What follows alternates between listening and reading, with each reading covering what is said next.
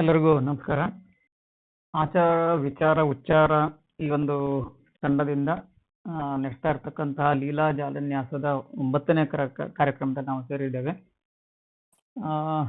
2024ರ ಕೊನೆಯ ಲೀಲಾಜಾಲ ಕಾರ್ಯಕ್ರಮ ಇದು. ಇದರ ನಂತರ ಅಂದ್ರೆ ಇವತ್ತು ಹಿಂದಿನ ಭಾಗದಲ್ಲಿ ಪ್ರಶ್ನಿಸುವಿಕೆ ಕುರಿತಾದಂತ ಇನ್ನು ಉಳ್ಕೊಂಡಿದ್ರಿಂದ ಸರ್ ಅವರು ಈ ಪ್ರಶ್ನೋಪನಿಷತ್ತನ್ನ ಇವತ್ತು ಕೂಡ ಮುಂದುವರಿಸಲಿಕ್ಕಿದ್ದಾರೆ. ಇದರ ನಂತರದಲ್ಲಿ ಇನ್ನೊಂದು ಹೊಸ ವಿಚಾರದ ಸರಣಿಯಲ್ಲಿ ಕಾರ್ಯಕ್ರಮ ನಡೆಯಲಿಕ್ಕಿದೆ. ಕನಸಿನ ಕುರಿತಾದಂತಹ ಉಪನ್ಯಾಸ ಮಾಲಿಕೆ ಬರಲಿಕ್ಕಿದೆ ಅಂತ ಹೇಳಲಿಕ್ಕೆ ಇಚ್ಛೆ ಪಡ್ತಾ ಇದ್ದೇನೆ. ಆ ಕುರಿತು ಲೆಜೆಂಡನ ಮುಂದೆ ಹಾಕ್ಲಿಕ್ಕಿದ್ದೇವೆ. ಇವತ್ತು ಈ ಪ್ರಶ್ನಿಸುವಿಕೆಯ 3ನೇ ಭಾಗ ಕೊನೆಯ ಕಂತನ್ನ ಸರ್ ಅವರು ಆ ಕುರಿತಾಗಿ ಮಾತಾಡ್ಲಿಕ್ಕಿದ್ದಾರೆ. ಬಂದಂತ ಎಲ್ಲರನ್ನು ಕೂಡ ಆತ್ಮೀಯವಾಗಿ ಸ್ವಾಗತಿಸ್ತಾ ಇದ್ದೇನೆ. ದಯವಿಟ್ಟು ಮತ್ತೊಮ್ಮೆ ಎಲ್ಲರಲ್ಲಿ ವಿನಂತಿ, ಸರ್ ಅವ್ರನ್ನ ಹೊರತಾಗಿ ಉಳಿದವರೆಲ್ಲರೂ ತಮ್ಮ ಆಡಿಯೋ ಮತ್ತೆ ವಿಡಿಯೋವನ್ನು ಮ್ಯೂಟ್ ಮಾಡಿ ಇಟ್ಕೊಳ್ಳೋಣ. ಕೆಳಗಡೆ ಆಡಿಯೋ ವಿಡಿಯೋ ಚಿಹ್ನೆಗೆ ಅಡ್ಡಗೆರೆ ಬಂದಿದೆಯೋ ಅಂತ ಒಮ್ಮೆ ಪರಿಶೀಲನೆ ಮಾಡ್ಕೊಳ್ಳಿ ಎಲ್ಲರೂ. ಉಪನ್ಯಾಸದಲ್ಲಿ ಅಂದರೆ ಅದು ಬೇರೆ ಡಿಸ್ಟರ್ಬ್ ಆಗೋದು ಬೇಡ ಅಂತ ಅನ್ನೋ ಕಾರಣಕ್ಕಾಗಿ ಎಂದಿನಂತೆ ಕೊನೆಯದಾಗಿ ಪ್ರಶ್ನೋತ್ತರ ಕಾರ್ಯಕ್ರಮ ಇದ್ದೇ ಇರುತ್ತೆ. ಅದರಲ್ಲೂ ಕೂಡ ಕೊನೆಯವರೆಗೆ ತಾವೆಲ್ಲರೂ ಭಾಗವಹಿಸಿ ಅಂತ ಕೇಳ್ತಾ ಸರ್ ಅವರು ಉಪನ್ಯಾಸ ಪ್ರಾರಂಭಿಸಬೇಕಾಗಿ ವಿನಿಸ್ತಾ ಇದ್ದೇನೆ.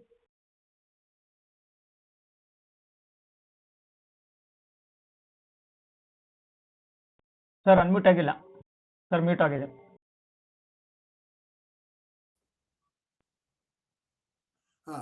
ಎಲ್ಲರಿಗೂ ಗೌರವಪೂರ್ವಕ ನಮಸ್ಕಾರ. ಇಲ್ಲ ಸರ್ ಕೇಳ್ತಾ ಇಲ್ಲ. ಈಗಲೂ ಕೇಳ್ತಾ ಇಲ್ವಾ? ಆನ್ ಮಾಡಿದ್ದೀನಲ್ಲ, ಮೈಕ್ರೋಫೋನ್ ಆನ್ ಮಾಡಿದ್ದೀನಪ್ಪ. ಕೇಳಿಸ್ತಾ ಇಲ್ವಾ ಈಗ?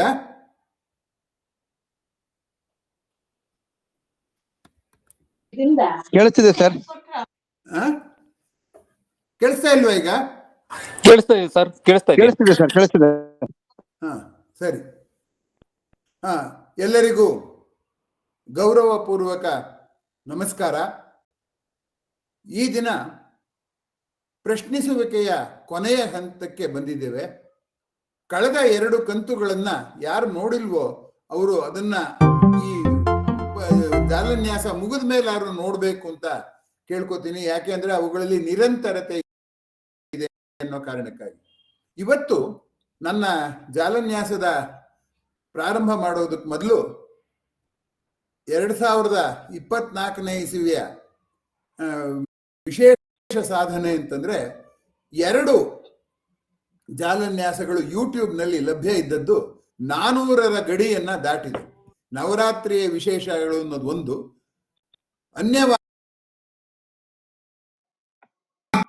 ಬಿಟ್ಟವರಾಗಿ ಅನ್ನುವಂಥದ್ದೊಂದು. ಇನ್ನು ಕೆಲವು 300ರ ಹಂತದಲ್ಲಿವೆ, ಇನ್ ಕೆಲವು 200ರ ಹಂತದಲ್ಲಿವೆ, ಇನ್ ಕೆಲವು 100ರ ಹಂತದಲ್ಲಿವೆ, ಇನ್ ಕೆಲವು 100ಕ್ಕಿಂತ ಕಡಿಮೆ ಇದೆ.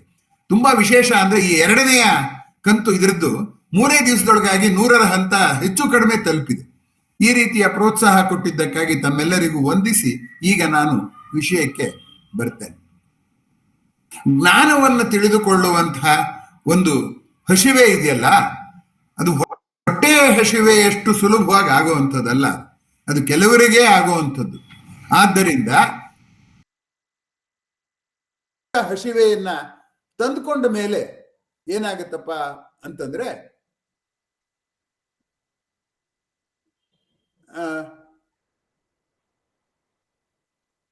ಜ್ಞಾನದ ಹಸಿವೆಯನ್ನ ತಂದುಕೊಂಡ್ರೆ ಏನಾಗತ್ತಪ್ಪ ಅಂತಂದ್ರೆ ಆಗ ಮಾತ್ರ ಪ್ರಶ್ನೆಗಳು ಹೇಳುತ್ತೆ ಅಂತ. ಜ್ಞಾನದ ಹಸಿವೆ ಆಗ್ಬೇಕಾದ್ರೆ 2 ನಿರ್ಬಂಧಗಳಿವೆ. 1ನೇ ನಿರ್ಬಂಧ ಏನಪ್ಪಾ ಅಂತಂದ್ರೆ ನಮಗೆ ಯಾವುದೋ ಕೊರತೆ, ಯಾವುದೋ ಭಯ ನಮ್ಮನ್ನು ಕಾಡ್ತಾ ಇದ್ರೆ ಪ್ರಶ್ನೆಗಳು ನಮಗೆ ಬರೋದಿಲ್ಲ. ಇನ್ನು ಯಾವುದೋ ಆಸೆ ನಮ್ಮನ್ನು ಕಾಡ್ತಾ ಇದೆ, ನಾನು ಇನ್ನೂ ಇದರಲ್ಲಿ ಏನೋ ಸಾಧನೆ ಮಾಡ್ಬೇಕು ಅನ್ನೋಂಥ ಆಸೆ ನಮ್ಮನ್ನು ಕಾಡ್ತಾ ಇದೆ ಅಂದ್ರೆ ಆವಾಗ್ಲೂ ಪ್ರಶ್ನೆಗಳು ಬರೋದಿಲ್ಲ. ಸಾಮಾನ್ಯವಾಗಿ ಜಿಜ್ಞಾಸೆ ಪ್ರಾರಂಭ ಆಗೋದು ಒಂದು ಸುರಕ್ಷಿತವಾದಂತಹ ಮನೋಭೂಮಿಕೆಯಲ್ಲಿ ಮಾತ್ರ. ಆದ್ದರಿಂದ ಪ್ರಶ್ನೆಗಳು ಯಾಕೆ ಹೇಳ್ತಿಲ್ಲ ಅಂತಂದ್ರೆ ಬಹುಶಃ ನಮಗೆ ಈ ಅರ್ಹತೆ ಇದೆಯಲ್ಲ, ಆಸೆಗಳನ್ನ ಪಕ್ಕಕ್ಕಿಡುವ ಅರ್ಹತೆ ಮತ್ತು ಭಯಗಳನ್ನ ಅಸಹಾಯಕತೆಯನ್ನ, ಭಯವನ್ನ ಪಕ್ಕಕ್ಕಿಡೋ ಅರ್ಹತೆ ಪ್ರಾಯ ನಮಗೆ ಬಂದಿಲ್ಲ ಅಂತ ಅನ್ಸುತ್ತೆ. ಇಲ್ಲದೆ ಇದ್ರೂ ಕೂಡ ಪ್ರಶ್ನೆಗಳು ಬರದೇ ಇರ್ಬೋದು. ಅದೇನೇ ಆಗ್ಲಿ, ಈ ಜಿಜ್ಞಾಸೆ ಅನ್ನೋದು ಬರೋದು ಅತೃಪ್ತರಿಗೆ ಬರೋದಿಲ್ಲ ಅನ್ನುವಂಥ ಮಾತು. ಇನ್ನು ನಾವು ತರಗತಿಗಳಲ್ಲಿ ಪಾಠ ಹೇಳುವಾಗ ಹುಡುಗರೆಲ್ಲ ತೃಪ್ತರಾಗಿದ್ದಾರೆ ಅಂತ ನಾವು ಪ್ರಶ್ನೆ ಕೇಳ್ತೀವಿ, ಅವ್ರು ಹೇಳಲ್ಲ. ಯಾಕೆಂದ್ರೆ ಅವ್ರಿಗೆ ಆ ಅತೃಪ್ತಿ ಇದೆ, ಏನೇನೋ ಅತೃಪ್ತಿಗಳಿವೆ. ಅದಿರ್ಲಿ ಬಿಡಿ. ಈಗ ಪ್ರಶ್ನೆ ಅನ್ನೋದು ಏಕವಚನ ಅಲ್ಲವೇ ಅಲ್ಲ. ಯಾವ ಪ್ರಶ್ನೆಯಿಂದಲಾದರೂ ಪ್ರಾರಂಭ ಮಾಡಿ ಅದು ಅನೇಕ ಪ್ರಶ್ನೆಗಳಿಗೆ ದಾರಿ ಮಾಡಿಕೊಡುತ್ತೆ ಅನ್ನುವಂಥದ್ದನ್ನ ನೀವಿಲ್ಲಿ ಗಮನಿಸಬೇಕಾಗುತ್ತೆ. ಯಾಕೆ ಅಂದ್ರೆ ಒಂದು ಪ್ರಶ್ನೆ ಅದಕ್ಕೆ ಉತ್ತರ ಕಂಡುಕೊಳ್ಳುವಾಗ ಇನ್ನೂ ಅನೇಕ ಪ್ರಶ್ನೆಗಳಿಗೆ ದಾರಿ ಮಾಡಿಕೊಡುತ್ತೆ. ಸರಪಳಿ ಕ್ರಿಯೆ ಅಂತ ರಾಸಾಯನಿಕ ಕ್ರಿಯೆಯಲ್ಲಿ ಹೇಳ್ತಾರೆ. ಆದರೆ ಆ ರಾಸಾಯನಿಕ ಕ್ರಿಯೆ ಸರಪಳಿ ಕ್ರಿಯೆ ತರ ಈ ಪ್ರಶ್ನೆಯ ಕ್ರಿಯೆಯೂ ಅಷ್ಟೇ. ಒಂದು ಪ್ರಶ್ನೆಯಿಂದ ಪ್ರಾರಂಭವಾಗುತ್ತೆ, ಅನೇಕ ಪ್ರಶ್ನೆಗಳಿಂದ ಬೆಳೀತಾ ಹೋಗುತ್ತೆ. ಆದ್ದರಿಂದ ಈ ಅಂಶವನ್ನ ನಾವು ಈ ಕಳೆದ 2 ಇದರಲ್ಲಿ ಹೇಳಿರಲಿಲ್ಲ. ಹೀಗಾಗಿ ಇವತ್ತು ಈ ಪ್ರಶ್ನೆಯ ಉಗಮದಲ್ಲಿ ಈ ಅಂಶಗಳನ್ನ ನಾವು ಕಾಣಬೇಕು. ನಾವು ಸಂತೃಪ್ತರಾಗಿದ್ದೀವಿ ಅಂತಲೂ ಇಟ್ಕೊಳ್ಳೋಣ, ಭಯ ಆಸೆಗಳಿಂದ ಕಾಟ ಇಲ್ಲ ಅಂತ ಅನ್ಕೊಳ್ಳೋಣ. ಆಗ ನಮ್ಗೆ ಪ್ರಶ್ನೆಗಳು ಬರಕ್ ಶುರುವಾದಾಗ ಏನಾಗುತ್ತೆ? ಯಾವುದೇ ಪ್ರಶ್ನೆ ಬಂದ್ರೆ ಆ ಪ್ರಶ್ನೆಯು ನಮ್ಮ ಮನಸ್ಸಿನ ಮೇಲೆ ಒಂದು ಒತ್ತಡವನ್ನು ಉಂಟು ಮಾಡುತ್ತೆ. ಹುಡುಕೋ ನೀನು ಉತ್ತರನ ಅಂತ ಸವಾಲ್ ಹಾಕತ್ತೆ. ಸವಾಲು ಅಂದ್ರೆ ಪ್ರಶ್ನೆ ಅಂತನೂ ಆಗುತ್ತೆ, ಚಾಲೆಂಜ್ ಅಂತಲೂ ಆಗುತ್ತೆ. ಕನ್ನಡದಲ್ಲಿ ಚಾಲೆಂಜ್ ಅಂತ, ಹಿಂದಿಲಿ ಸವಾಲು ಅಂತ. ಹಾಗಾಗಿ ನಾವು ಪ್ರಶ್ನೆಯನ್ನ ಹಾಕಿಕೊಂಡಾಗ ನಮ್ಮ ಮನಸ್ಸು ನಮಗೆ ಒಂದು ಚಾಲೆಂಜ್ ಬರುತ್ತೆ, ಹುಡುಕು ನಿನ್ ಕೈಲಾದ್ರೆ ಉತ್ತರನ ಅನ್ನೋ ರೀತಿಲಿ. ಹಾಗೆ ಪ್ರಶ್ನೆಗಳು ಬಂದಾಗ ನಾವು ಉತ್ತರ ಹುಡುಕಬೇಕು. ಉತ್ತರನ ಹೇಗೆ ಹುಡುಕೋದು ಅಂದ್ರೆ ಸಾಮಾನ್ಯವಾಗಿ ನಮ್ಮ ಪಕ್ಕ ಯಾರಿರ್ತಾರೋ ಅವ್ರನ್ನೇ ಪ್ರಶ್ನೆ ಕೇಳ್ತೀವಿ. ಯಾಕೆಂದ್ರೆ ಅವ್ರೇನಾದ್ರು ಹೇಳ್ಬಿಟ್ಟಾರೋ, ಹೇಳಿದ್ರೆ ನಮ್ಗೆ ತಾಪತ್ರಯನೇ ಇರಲ್ಲ, ಉತ್ತರ ತಿಳ್ಕೊಂಡ್ಬಿಡ್ಬೋದಲ್ಲ ಅಂತ ಕೇಳ್ತೀವಿ ಅವರು. ಆದ್ದರಿಂದ ಪ್ರಶ್ನೆಯ ಒತ್ತಡದಿಂದ ಹೊರಗೆ ಬರುವ ಮೊದಲ ಪ್ರಯತ್ನ ಏನು ಅಂದ್ರೆ ಅಕ್ಕಪಕ್ಕದವ್ರನ್ನ ಕೇಳೋದು. ಕೇಳುವಾಗ ನಮಗೊಂದು ಭಾವನೆ ಇರುತ್ತೆ, ನಾನು ಯಾವ ವಿಷಯದ ಬಗ್ಗೆ ಆಲೋಚನೆ ಮಾಡಿಲ್ವೋ ಇವ್ರು ಮುಂಚೆ ಆಲೋಚನೆ ಮಾಡಿರ್ಬೇಕು, ಆಲೋಚನೆ ಮಾಡಿರೋದ್ರಿಂದ ನನಗೆ ಉತ್ತರ ಇವ್ರು ಹೇಳಬಲ್ಲರು ಅಂತ. ಈ ಊಹೆನೇ ಎಷ್ಟು ಮಟ್ಟಿಗೆ ಸರಿಯೋ ಗೊತ್ತಿಲ್ಲ, ಅವರು ನಮಗೆ ಇರ್ಬೋದು, ಗೊತ್ತಿಲ್ಲ.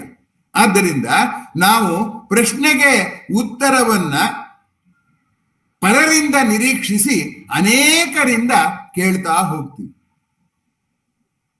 ಅದಕ್ಕೆ ಪ್ರಶ್ನೆ ಮಕ್ಕಳು ನೋಡಿ ಒಂದು ಒಗಟು ಹೇಳ್ಬಿಡಿರಿ, ಅದಕ್ಕೆ ಉತ್ತರ ಅವ್ರಿಗೆ ಗೊತ್ತಾಗ್ಬಿಟ್ಟ ಮೇಲೆ ಅವ್ರು ಏನ್ ಮಾಡ್ತಾರೆ, ಬೇರೆ ಹುಡುಗರನ್ನ ಗೋಳಿಕೊಳ್ಳೋಕೆ ಶುರು ಮಾಡ್ತಾರೆ. ಏನಂತ, ಎಲ್ಲಿ ನಿಂಗೆ ಗೊತ್ತಿದ್ಯಾ ಈ ಒಗಟಿಗೆ ಉತ್ತರ ಹೇಳು ನೋಡೋಣ, ಈ ಪ್ರಶ್ನೆಗೆ ಉತ್ತರ ಹೇಳು ನೋಡೋಣ ಅಂತ ಬೇರೆಯವ್ರನ್ನ ಗೋಳಿಕೋತಾರೆ. ಆ ಪ್ರಶ್ನೆಗೆ ಉತ್ತರ ಕಂಡುಕೊಂಡ ಆನಂದ ಅವ್ರನ್ನ ಎಲ್ಲರನ್ನೂ ಪ್ರಶ್ನೆ ಕೇಳೋ ಉತ್ಸಾಹಕ್ಕೆ ದಾರಿ ಮಾಡಿಕೊಡುತ್ತೆ. ಈ ಅಂಶವನ್ನ ನಾವು ಗಮನಿಸಿದರೆ ಈ ಪ್ರಶ್ನೋತ್ತರ ಇದೆಯಲ್ಲ, ಅದು ಒಂದು ಸಣ್ಣದಾಗಿ ಪ್ರಾರಂಭವಾಗಿ ದೊಡ್ಡದಾಗಿ ಬೆಳೆಯುವಂಥದ್ದು.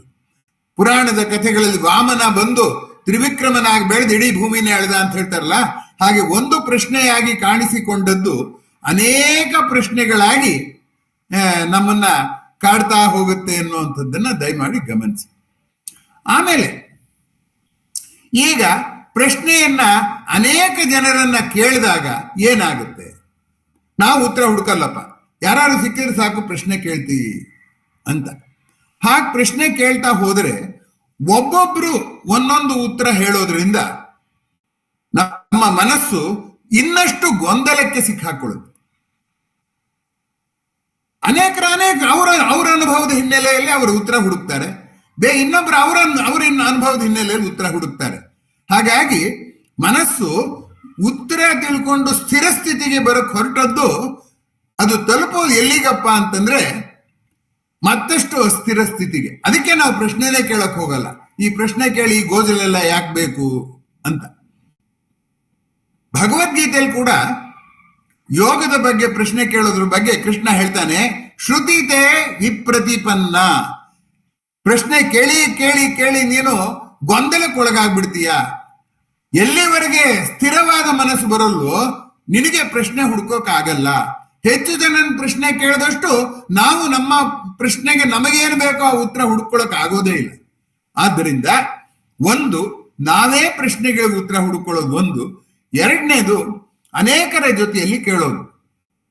ಅದನ್ನೇ ಗೌತಮ್ ಬುದ್ಧ ಸಂಘಂ ಶರಣಂ ಗಚ್ಚಾಮಿ ಅಂದ್ರೆ ಸತ್ಸಂಗದ ಮೂಲಕ ನಾವು ಕೇಳಬೇಕು ಅಂತ. ಹಾಗಂದಾಕ್ಷಣ ಪ್ರಶ್ನೆನ ಕೇಳಬಾರ್ದು ಅಂತಲೂ ಅಲ್ಲ. ಪ್ರಶ್ನೆ ಕೇಳಬಹುದು, ಕೇಳೋದ್ರಲ್ಲಿ ಏನು ತಪ್ಪಿಲ್ಲ. ಆದ್ರೆ ಅವ್ರ ಉತ್ತರ ಹೇಳಿದ ಮೇಲೂ ನಮ್ಮ ವಿವೇಚನೆಯಲ್ಲಿ ಮರುಪರಿಶೀಲನೆ ಮಾಡಬೇಕಾದ ಅಗತ್ಯ ಇರುತ್ತೆ ಅನ್ನುವಂಥದ್ದು. ಯಾರೋ ಉತ್ತರ ಹೇಳ್ತಾರೆ, ಆದ್ರೆ ನನ್ನ ಅನುಭವಕ್ಕೆ, ನನ್ನ ನಿರೀಕ್ಷೆಗೆ ಅದು ಹೊಂದ್ಕೊಳ್ತಾ ಇದೆಯೇ ಅನ್ನುವಂಥ ಒಂದು ಗೋಜಲಿದೆಯಲ್ಲ, ಆ ಗೋಜಲನ್ನ ನಾವೇ ಪರಿಹರಿಸ್ಕೋಬೇಕು. ಯಾರೇ ಉತ್ತರ ಹೇಳಿದ್ರು ಕೊನೆಗೆ ನಾವು ಪರಿಹರಿಸ್ಕೊಳ್ಳೋದು ತಪ್ಪೋದಿಲ್ಲ. ಇದನ್ನ ಗಮನಿಸಬೇಕಾದಂತ ಸಂಗತಿ. ಆದ್ದರಿಂದ ಸಂಘದಿಂದ ಅನೇಕ ಜನರ ಒಡನಾಟದಿಂದ ನನಗೆ ಉತ್ತರ ಸಿಕ್ಕಿದ್ರು ಆ ಉತ್ತರ ನಾನು ಮತ್ತೆ ಕಾನೂನಿನ ಭಾಷೆಯಲ್ಲಿ ಹೇಳೋದಾದ್ರೆ ಮ್ಯೂಟಾಟಿಸ್ ಮ್ಯೂಟಾಂಡಿಸ್ ಅಂತ ಕರೀತಾರೆ. ಸಂದರ್ಭಕ್ಕೆ ಅನುಗುಣವಾಗಿ ಮರುಪರಿವರ್ತನೆಯನ್ನ ನಾವು ಮಾಡ್ಕೋಬೇಕಾಗತ್ತೆ. ಅವರು ಹೇಳಿದ ಉತ್ತರ ನಂಗೆ ಸರಿ ಹೋಗ್ಲಿಲ್ಲ ಅಂತ ಅವ್ರನ್ನ ದೂರವಾಗಿಲ್ಲ. ಕೊನೆಯ ಉತ್ತರದ ಕೊನೆಯ ಹಂತ ನಮ್ದೇ. ಸಾಕ್ರೆಟೀಸ್ ಹೆಸರನ್ನ ನೀವು ಕೇಳಿದ್ದೀರಾ? ಸಾಕ್ರೆಟೀಸ್ ಬಗ್ಗೆ ಓದಿರೋರು ಇರ್ಬೋದು. ನನಗಂತೂ ಸಾಕ್ರೆಟೀಸ್ ಅತ್ಯಂತ ಗೌರವಯುತವಾದಂತಹ ಗುರು. ಅವ್ರನ್ನ ನಾನು ನೋಡಕ್ಕಾಗ್ಲಿಲ್ಲ, ಆದ್ರೆ ಅವ್ರನ್ನ ಕುರಿತ ಬರವಣಿಗೆಗಳನ್ನ ಓದಿದ್ರೇನೆ ನಂಗೆ ರಸ ರೋಮಾಂಚನ ಅಂತ ಹೇಳ್ತಾರಲ್ಲ ಅದಾಗುತ್ತೆ. ಸಾಕ್ರೆಟೀಸ್ ಹೇಳ್ತಾ ಇದ್ರು, ನನ್ನ ತಾಯಿ ಇದ್ದಾಳಲ್ಲ ಅವಳು ಹೆರಿಗೆ ಮಾಡಿಸ್ತಿದ್ಲು. ಹೋದಾಗ ಹೆರಿಗೆಗಳೆಲ್ಲ ಚೆನ್ನಾಗಿ ಆಗ್ತಾ ಇತ್ತು, ಮಕ್ಕಳೆಲ್ಲ ದಷ್ಟಪುಷ್ಟವಾಗಿ ಹುಟ್ಟುತ್ತಾ ಇದ್ವು. ಆದ್ರೆ ನಾನು ಹೋಗ್ತೀನಿ, ನಾನು ಬೇರೆ ಹೆರಿಗೆ ಮಾಡಿಸ್ತೀನಿ, ಜನಗಳ ಅಭಿಪ್ರಾಯವನ್ನ ಅವ್ರಿಗೇನೆ ಅದರ ಇತಿಮಿತಿ ತೋರಿಸಿ ಸ್ಪಷ್ಟ ಮಾಡಿಕೊಳ್ಳುವ ಹೆರಿಗೆ ಮಾಡಿಸ್ತೀನಿ ನಾನು. ಆದ್ರೆ ನನ್ನ ದುರಾದೃಷ್ಟ ಎಲ್ಲಾ ಕೇಸ್ಗಳು ಕೂಡ ಏನಾಗುತ್ತೆ, ಅಬಾರ್ಷನ್ ಕೇಸ್ಗಳೇ. ಅರೆ ಬರೆ ಬೆಳೆದ ಭ್ರೂಣ ಹುಟ್ಟೋ ಹಾಗೆ ಆಗ್ಬಿಡುತ್ತೆ ಅಂತ. ಆ ಸಾಕ್ರೆಟೀಸ್ನ ಮಾತಿನಲ್ಲಿ 2 ಅಂಶ ನಾವು ಗಮನಿಸ್ಬೇಕು. ನಮಗೆ ಪ್ರಶ್ನೆ ಏನೋ, ಉತ್ತರ ಏನೋ ಮನಸ್ಸಿನಲ್ಲಿ ಇಟ್ಕೊಂಡು ನಾವು ತುಂಬಾ ಆಲೋಚನೆ ಮಾಡಿದೀವಿ ಅಂತ ತೋರಿಸ್ಕೊಳಕ್ ಪ್ರಶ್ನೆ ಹಾಕ್ತಿವಲ್ಲ, ಆದ್ರೆ ನಮಗೆ ಪ್ರಶ್ನೆಯೇ ಮಸುಕಾಗಿರುತ್ತೆ. ಉತ್ತರ ಹುಡ್ಕೋಕ್ ಹೋದ್ರೆ ಏನಾಗುತ್ತೆ, ಆಗ ನಮಗೆ ಬೇರೆಯವರು ಮತ್ತಷ್ಟು ಪ್ರಶ್ನೆ ಹಾಕಿದರೆ ಆಗ ನಮ್ಗೆ ಉತ್ತರ ಹೇಳಕ್ ಬರೋಲ್ಲ. ಆಗ ಗೊತ್ತಾಗುತ್ತೆ ನಮ್ದು ಗರ್ಭಪಾತದ ಪ್ರಸಂಗ, ಹೆಚ್ಚು ಬೆಳವಣಿಗೆ ಆಗಿಲ್ಲ ನನ್ನ ಆಲೋಚನೆ ಅನ್ನುವಂಥದ್ದು ಗೊತ್ತಾಗುತ್ತೆ. ಆದ್ದರಿಂದ ಪ್ರಶ್ನೆಯನ್ನ ಹುಡುಕಿ ಯಾರನ್ನೋ ಕೇಳಿಬಿಟ್ರೆ ನಮ್ ಜವಾಬ್ದಾರಿ ಮುಗೀತು ಅನ್ನುವಂಥದ್ದು ಅಲ್ಲ ಅನ್ನೋದಕ್ಕೋಸ್ಕರ ನಾನು ಈ ಉದಾಹರಣೆಯನ್ನ ನಿಮ್ಮ ಮುಂದೆ ನಿರೂಪಣೆ ಮಾಡಿದೆ. ಈಗ ಇನ್ನೊಂದು ಸ್ವಲ್ಪ ಮುಂದಕ್ಕೆ ಹೋಗೋಣ. ಹೇಗೆ ಅಂತ, ಪ್ರಶ್ನೆಗಳು ನಮಗೆ ಎಲ್ಲಿಂದ ಬರುತ್ತೆ? ಜಗತ್ತನ್ನ ನೋಡಿದರೆ 108 ಪ್ರಶ್ನೆಗಳು ಬರುತ್ತೆ, ಜನರನ್ನ ನೋಡಿದ್ರೆ 108 ಪ್ರಶ್ನೆ. ಇದ್ರ ಬಗ್ಗೆ ಆಗ್ಲೇ ನಾನು ಪ್ರಸ್ತಾಪ ಮಾಡಿದ್ದೀನಿ. ಆದರೆ ಆ ಪ್ರಶ್ನೆಗಳು ಬರೋದು ನಮ್ಗೆ ಪಂಚೇಂದ್ರಿಯಗಳ ಮೂಲಕ. ಆ ಇಂದ್ರಿಯಗಳ ಮೂಲಕ ಬಂದ ಪ್ರಶ್ನೆ ಮನಸ್ಸಿನ ಮೂಲಕ ಹಾದು ಹೋಗ್ಬೇಕು. ಮನಸ್ಸಾದ್ಮೇಲೆ ಬುದ್ಧಿಗೆ ಬರುತ್ತದೆ. ಮನಸ್ಸಿನ ಮೂಲಕ ಹೋದಾಗ ಅದಕ್ಕೆ ಆವೇಶದ ಲೇಪನ ಆಗ್ಬಿಡುತ್ತೆ. ಆವೇಶದ ಲೇಪನ ಆಗೋದ್ರಿಂದ ನಮಗೆ ಪ್ರಶ್ನೆಗಿಂತ ಆವೇಶ ಮುಖ್ಯ ಆಗುತ್ತೆ. ನೋಡಿ, ಯಾರನ್ನಾರು ಪ್ರಶ್ನೆ ಕೇಳುವಾಗ ನಾವು ಸಮಾಧಾನವಾಗಿ ಪ್ರಶ್ನೆ ಕೇಳೋದು ಬಹಳ ಅಪರೂಪ. ಸಾಮಾನ್ಯವಾಗಿ ನಾವು ಆವೇಶದಿಂದ ಪ್ರಶ್ನೆ, ನಿಮ್ಗೆ ಗೊತ್ತೋ ಇದಕ್ಕೆ ನಿಮ್ ಕೈಲಿ ಹೇಳಕ್ಕಾಗತ್ತೋ, ಈ ರೀತಿಯ ಪ್ರಶ್ನೆಗಳನ್ನ ಹಾಕುವಾಗ್ಲೇನೆ ಆವೇಶ ಬರುತ್ತೆ. ಆದರೆ ಆವೇಶ ಪ್ರಶ್ನೆಗೆ ಅಡ್ಡಿ. ಪ್ರಶ್ನೋತ್ತರಕ್ಕೆ ಬೇಕಾದದ್ದು ಸಮಾಧಾನವಾದ ಮನಸ್ಸು. ಸಮಾಧಾನವಾದ ಮನಸ್ಸನ್ನ ಈ ಆವೇಶ ಕಳೆದು ಬಿಡುತ್ತೆ. ಹಾಗಾಗಿ ಬುದ್ಧಿ ತಾನು ಏನನ್ನ ಗಳಿಸಬೇಕು, ಪ್ರಶ್ನೆ ಕೇಳಿ ಏನನ್ನ ಸಾಧಿಸಬೇಕು ಅಂತ ಹೊರಡುತ್ತೋ ಅದು ಸಾಧನೆ ಆಗೋದಕ್ಕೆ ಅದು ಆವೇಶದ ದಾರಿಯಲ್ಲಿ ಬರುವಾಗ ಆವೇಶದ ಮಾಲಿನ್ಯ ಮಾಡ್ಕೊಂಡು ಬರೋದ್ರಿಂದ ಪ್ರಶ್ನೆಗೆ ಉತ್ತರ ಸಿಗೋದಿಲ್ಲ ಅನ್ನೋವಂಥದ್ದನ್ನ ನಾವಿಲ್ಲಿ ಗಮನಿಸ್ಬೇಕು. ನೋಡಿ, ಆವೇಶ ಇದೆಯಲ್ಲ, ಅದನ್ನ ನಿಯಂತ್ರಣ ಮಾಡೋದಿದೆಯಲ್ಲ, ಅದು ತುಂಬಾ ಅಭ್ಯಾಸ ಬಲದಿಂದ ಮಾತ್ರ ಸಾಧ್ಯ. ಇಲ್ಲದೆ ಇದ್ರೆ ನಮ್ಗೆ ಅದನ್ನ ಸಾಧಿಸೋಕೆ ಆಗೋದಿಲ್ಲ. ಈಗ ಆವೇಶವನ್ನ ಪಕ್ಕಕ್ಕಿಡೋಕ್ಕೂ ಬರದಾಗ ಮಾಡಕ್ಕಾಗಲ್ಲ. ಮನುಷ್ಯ ಹಿಂಗೆ ಆಲೋಚನೆಗಿಂತ ಮೂಲಭೂತವಾದದ್ದು ಆವೇಶವೇ. ಆಲೋಚನೆ ಮಾಡದೇ ಇರೋಂಗೂ ಆವೇಶ ಬರುತ್ತೆ. ಆಲೋಚನೆಗೆ ಒಂದು ಶಿಸ್ತು ಬೇಕು, ಆವೇಶಕ್ಕೆ ಏನೂ ಬೇಕಾಗಿಲ್ಲ. ಪ್ರಾಣಿಗಳಿಗೂ ಆವೇಶ ಇದ್ದೇ ಇದೆ, ಅದು ನಮ್ಗೆಲ್ಲ ಗೊತ್ತಿರುವಂತ ಸಂಗತಿ. ಆದ್ದರಿಂದ ಈ ಪ್ರಶ್ನೆ ಕೇಳುವಾಗ ರೇಗಿ ಪ್ರಶ್ನೆ ಕೇಳೋದು, ಉತ್ತರ ಹೇಳುವಾಗ ರೇಗಿ ಉತ್ತರ ಹೇಳೋದು ಏನಾಗಿದೆ ಅಂದ್ರೆ ಅದು ಬುದ್ಧಿಯ ಮಟ್ಟದ ವ್ಯವಹಾರ ಆಗ್ದೇಲೇನೆ ಆವೇಶದ ಮಟ್ಟದ ವ್ಯವಹಾರ ಆಗ್ಬಿಡುತ್ತೆ. ಯಾವಾಗ ನಾವು ಆವೇಶದ ಮಟ್ಟದ ವ್ಯವಹಾರಕ್ಕೆ ಪ್ರಾರಂಭ ಮಾಡ್ತೇವೆಯೋ ಆಗ ಏನಾಗುತ್ತಪ್ಪ ಅಂತಂದ್ರೆ ಆಲೋಚನೆಗೆ ಅದು ಅಡ್ಡಿ. ಆದ್ದರಿಂದ ಅದು ತುಂಬಾ ಕಷ್ಟವಾದ್ದು. ನಾನು ಹಿಂದೆ ಒಂದು ಉದ್ಧೃತ ವಾಕ್ಯವನ್ನು ಕನ್ನಡ ಕವಿಯೊಬ್ಬರದ್ದನ್ನು ಹೇಳಿದ್ದೆ, ಈಗ ಪುನರಾವರ್ತನೆ ಮಾಡ್ತೀನಿ. ಭಾವ ಕೊಲಿಯದ ಬುದ್ಧಿ, ಬುದ್ಧಿ ಕೊಲಿಯದ ಭಾವ, ಇಲ್ಲೇ ಕಾಣೆಯ ಸಂದೇಹ ಸೂತ್ರ. ನನಗೆ ಭಾವುಕವಾಗಿ ಸರಿಯಾಗಿದೆ ಅನ್ಸತ್ತೆ, ಆದ್ರೆ ಬುದ್ಧಿ ಅದನ್ನು ಒಪ್ಪೋದಿಲ್ಲ. ಬುದ್ಧಿಗೆ ಸರಿ ಅನ್ಸತ್ತೆ, ಅದು ಭಾವವನ್ನು ಕೆರಳಿಸತ್ತೆ. ಇದು ತುಂಬಾ ತಾಪತ್ರಯವಾದಂತ ಸಂದೇಹ ಸೂತ್ರ. ನನ್ನೊಳಗೆ ಭಾವ ಇದೆ, ನಿಮ್ಮೊಳಗೆ ಭಾವ ಇದೆ. ನನ್ನೊಳಗೆ ಬುದ್ಧಿ ಇದೆ, ನಿಮ್ಮೊಳಗೆ ಬುದ್ಧಿ ಇದೆ. ಈ ಎರಡರ ತಾಕಲಾಟದಲ್ಲಿ ಪ್ರಶ್ನೋತ್ತರ ಹೋಗಿ, ವಾದ ಹೋಗಿ ವ್ಯಾಜ್ಯ ಆಗುವ ಸಾಧ್ಯತೆ ಇದೆ.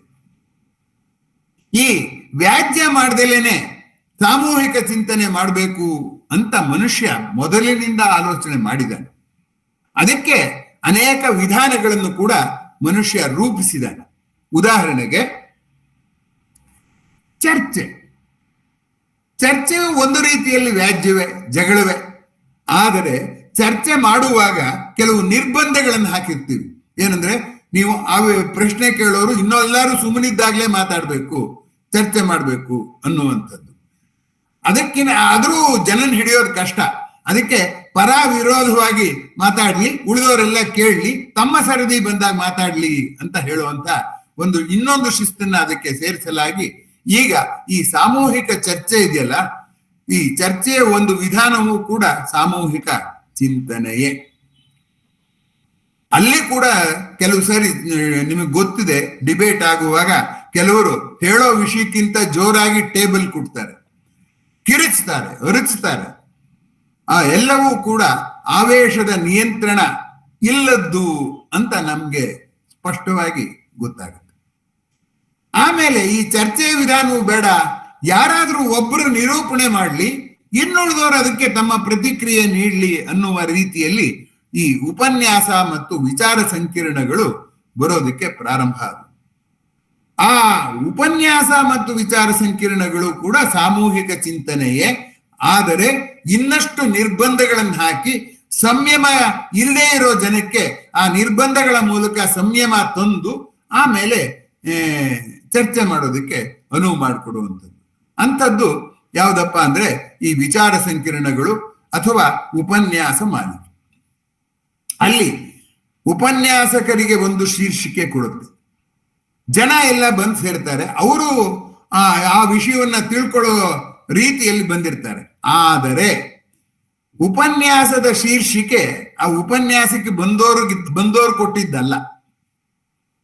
ಎರಡನೇದು, ಉಪನ್ಯಾಸಕಾರನಿಗೆ ಶೀರ್ಷಿಕೆ ಗೊತ್ತು, ಕೇಳೋರೆಲ್ಲ ನನ್ನ ಉಪನ್ಯಾಸದ ಕೇಳುವ ಸಲುವಾಗಿಯೇ ಬಂದಿದ್ದಾರೆ, ಅವರೊಂದಿಗೆ ನಾನು ನಿಧಾನವಾಗಿ ಆಲೋಚನೆ ಮಾಡಿ ಅನೇಕ ಪ್ರಶ್ನೆಗಳನ್ನ ನಾನು ಉತ್ತರಿಸಬಲ್ಲೆ ಅಂತ ಆ ಉಪನ್ಯಾಸಕಾರ ಅನ್ಕೊಳ್ಳೋದುಂಟು.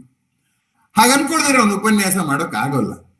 ಹಾಗನ್ಕೊಂಡು ಅವನು ಉಪನ್ಯಾಸ ಮಾಡೋಕ್ ಪ್ರಾರಂಭ ಮಾಡಿದರೆ ಅಂತ ಇಟ್ಕೊಳ್ಳೋಣ, ಆಗ ಅಲ್ಲೇ ಗೊಂದಲ ಶುರುವಾಗುತ್ತೆ. ಯಾಕೆ ಅಂತಂದ್ರೆ ಅಲ್ಲಿ ಬಂದಿರೋರು ಯಾವ್ಯಾವುದೋ ಮುಲಾಜಿಗೆ ಬಂದಿರ್ತಾರೆ. ಆ ಸಂಸ್ಥೆಯ ಕಾರ್ಯಕ್ರಮ, ಆ ಸಂಸ್ಥೆಗೆ ಒಂದಿಷ್ಟು ಪ್ರೋತ್ಸಾಹ ಕೊಡೋಣ ಅಂತ ಒಬ್ರು ಬಂದಿರ್ಬೋದು. ಮನೇಲಿ ಬೇಜಾರಾಗ್ತಾ ಇದೆ, ಇಲ್ಲಿ ಕೂತ್ಕೊಂಡಿರೋಕ್ಕಿನ್ನ ಅಲ್ಲಿ ಬೇರೆ ಏನಾದ್ರು ಒಂದು ಆಲೋಚನೆ ಮಾಡಿದ್ರೆ ನನ್ ಗೋಳ್ಕರೆ ಮರೀತೀನಿ ಅಂತ ಬಂದಿರ್ಬೋದು. ಹಾಗಾಗಿ ನಾವು ಪ್ರಶ್ನೆ ಕೇಳದ ಜನರಿಗೆ ನಾವೇ ಪ್ರಶ್ನೆ ಹಾಕೊಂಡು ಉತ್ತರ ಹೇಳುವಾಗಲೂ ಒಂದು ಗೋಜಲಿದೆ. ಏನಪ್ಪಾ ಅಂದ್ರೆ ಅವರಿಗೆ ಮೊದಲು ಪ್ರಶ್ನೆಯ ಮಹತ್ವದ ಮನವರಿಕೆ ಮಾಡಿಕೊಡದೆ ನಾವೇನಾದ್ರು ಮಾತಾಡಿದ್ರೆ ಆಗ ಆ ಉಪನ್ಯಾಸ ಸಾರ್ಥಕ ಆಗುವುದಿಲ್ಲ. ಹಾಗಾಗಿಯೇ ಅನೇಕ ವಿಚಾರ ಸಂಕಿರಣಗಳು ಬಂದರೂ ಕೂಡ ಆ ಮನುಷ್ಯನ ಅಭಿಪ್ರಾಯದಲ್ಲಿ ಅಷ್ಟು ಸುಲಭವಾಗಿ ಬದಲಾವಣೆ ಆಗಿಲ್ಲ ಅನ್ನುವಂಥದ್ದು ನಾವೆಲ್ಲರೂ ಗಮನಿಸಬೇಕಾದದ್ದು. ಆದ್ದರಿಂದ ಪ್ರಶ್ನೆ ಅನ್ನೋದು ಬಾಯಿಂದ ಬಂದಿದೆಯೇ, ಮನದ ಅಂತರಾಳದಿಂದ ಬಂದಿದೆಯೇ, ಅನೇಕ ವಿಷಯಗಳನ್ನ ತೂಗಿ ನೋಡಿ ಬಂದಿದೆಯೇ ಅನ್ನೋದು ಮುಖ್ಯ ಆಗುತ್ತೆ.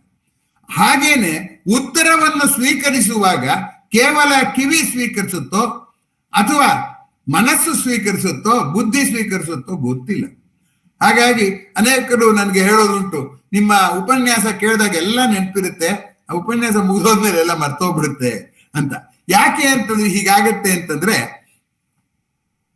ಆ ಮನಸ್ಸಿನ ಬುದ್ಧಿಯ ತನಕ ಹೋಗಿ ಬುದ್ಧಿ ಅದನ್ನ ಪರಿಶೀಲನೆ ಮಾಡಿ ಅದನ್ನ ಅನ್ವಯ ಮಾಡಿ ನೋಡಿಕೊಳ್ಳುವವರೆಗೆ ಅದು ನಮ್ಮಲ್ಲಿ ಇಂಪ್ರಿಂಟ್ ಅಥವಾ ಅಚ್ಚೊತ್ತೋದಿಲ್ಲ ಮನಸ್ಸಿನಲ್ಲಿ. ಹಾಗಾಗಿ ಈ ಕಿವಿಲ್ ಬಿಡೋದು ಅಂತೀವಲ್ಲ, ಉಪನ್ಯಾಸದ ಬಹುಭಾಗ ಹಾಗೇ ಇರುತ್ತೆ. ಅದಕ್ಕೆ ನಾವು ಮತ್ತೆ ನೀವು ಆ ಉಪನ್ಯಾಸನ ಕೇಳಬೇಕು ಅಂತ ಅಂದ್ಬಿಟ್ಟು ಆ ಯೂಟ್ಯೂಬಲ್ಲಿ ಹಾಕಿ ಮತ್ತೆ ಕೇಳುವ ಅವಕಾಶ ಮಾಡಿಕೊಡೋದು. ಏನೇ ಆಗ್ಲಿ, ಒಂದು ಮನಸ್ಸಿಗೆ ಬಂದ ಆಲೋಚನೆಯನ್ನ ಇನ್ನೊಂದು ಮನಸ್ಸಿಗೆ ವರ್ಗಾವಣೆ ಮಾಡೋದು ಎಷ್ಟು ಕಷ್ಟ. ಒಂದು ಮನಸ್ಸಿಗೆ ಬಂದ ಪ್ರಶ್ನೆಯನ್ನ ಇನ್ನೊಂದು ಮನಸ್ಸಿಗೆ ಉತ್ತರ ಸಮೇತ ವರ್ಗಾವಣೆ ಮಾಡಿ, ಬರೀ ಪ್ರಶ್ನೆ ವರ್ಗಾವಣೆ ಮಾಡಿದ್ರೆ ಸಾಕಾಗಲ್ಲ, ಉತ್ತರ ಸಮೇತ ವರ್ಗಾವಣೆ ಮಾಡೋದು ಎಷ್ಟು ಕಷ್ಟ ಅಂತಂದಾಗ ಸಾಮೂಹಿಕ ಚಿಂತನೆಯ ಗೋಜಲು ನಮ್ಗೆ ಸ್ಪಷ್ಟವಾಗಿ ಅರ್ಥ ಆಗುತ್ತೆ. ಇವೆಲ್ಲ ನಡೀತಾನೆ ಇದೆ, ವಿಚಾರ ಸಂಕಿರಣಗಳು ನಡೀತಿದೆ ಎಲ್ಲ, ಆದ್ರೂ ಭಿನ್ನಾಭಿಪ್ರಾಯಗಳು ಹಾಗೆ ಉಳ್ಕೊಂಡು.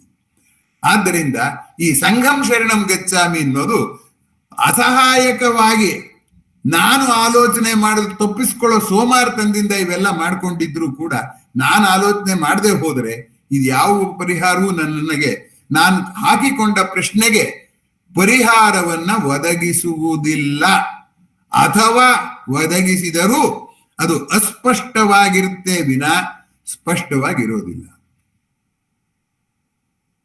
ಆಗ ಎರಡನೇದೇನು ಹೇಳಿದಾನೆ ಬುದ್ಧ?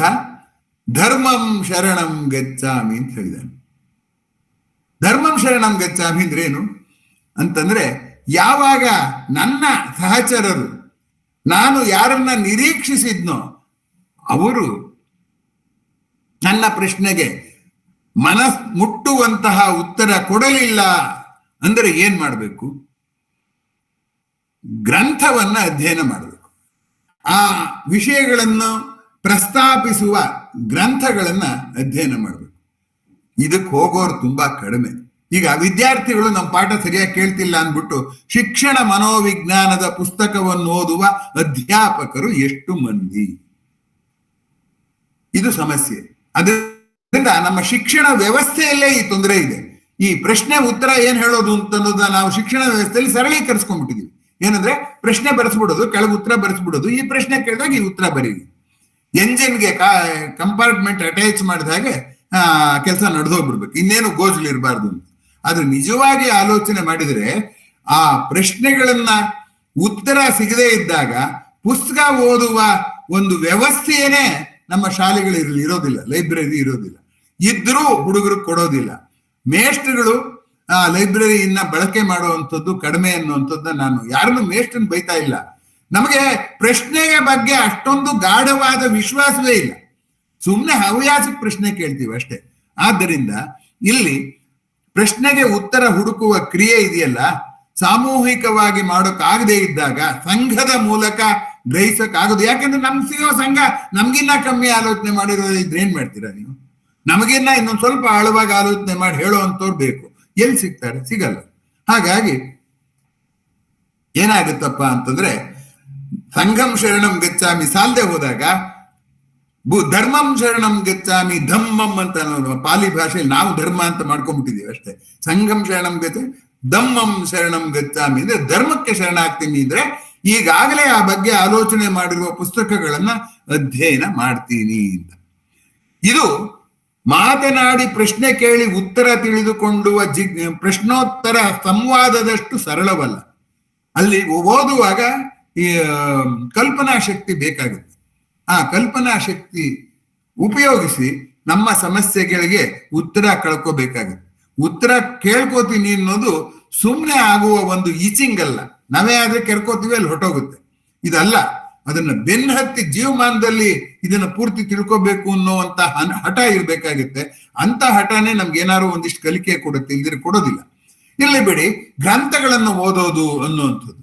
ಆಗಲೂ ಕೂಡ ಗ್ರಂಥಗಳಲ್ಲಿ ಕೂಡ ನಮ್ಮ ಆಯ್ಕೆ, ನಮ್ಮ ಪ್ರಶ್ನೆಗೆ ಉತ್ತರ ಸಿಗತ್ತೆ ಅಂತ ಓದಿದ ಪುಸ್ತಕಗಳ ಆಯ್ಕೆ ಇದೆಯಲ್ಲ, ಅದರಲ್ಲಿ ಏನಾದ್ರು ವ್ಯತ್ಯಾಸ ಆದ್ರೆ ಆಗಲೂ ನಮ್ಮ ಪ್ರಶ್ನೆಗೆ ಉತ್ತರ ಸಿಗೋದು ಕಷ್ಟ ಆಗುತ್ತೆ. ಅನೇಕ ವೇಳೆ ನಾವು ಎಷ್ಟೊಂದು ಗ್ರಂಥ ಓದ್ತೀವಿ, ಅಲ್ಲಿ ನಮ್ಮ ಪ್ರಶ್ನೆಗೆ ಉತ್ತರ ಸಿಕ್ಕಿರೋದು ಕಡಿಮೆ, ಅವ್ರು ಹೇಳಿರೋ ಉತ್ತರ ನಮಗೆ ಒಪ್ಪಿಗೆ ಆಗೋದು ಕಡಿಮೆ. ಹೀಗಾಗಿ ಈ ಪ್ರಶ್ನೋತ್ತರದ ಆಟ ಸುಖಾಂತವಾಗುವುದು ಬಹಳ ಅಪರೂಪ. ಅದಕ್ಕೆ ಯಾರು ಪ್ರಶ್ನೆ ಹಾಕೊಳ್ಳೋದಿಲ್ಲ. ಸುಖಾಂತವಾಗೋದು ಬಹಳ ಅಪರೂಪ ಮತ್ತು ಕಷ್ಟದ ಸಂಗತಿ ಅಂತ ನಾನು ಭಾವಿಸ್ಕೊಂಡಿದ್ದೀನಿ. ಆಗ ಸಂಗಂ ಶರಣಂ ಗಚ್ಚಾಮಿ ಆಗ್ಲಿಲ್ಲ, ಧರ್ಮಂ ಶರಣಂ ಗಚ್ಚಾಮಿ ಆಗ್ಲಿಲ್ಲ, ನೆಕ್ಸ್ಟ್ ಯಾವುದು? ಬುದ್ಧಂ ಶರಣಂ ಗಚ್ಚಾಮಿ ಅನ್ನುವಂಥದ್ದು.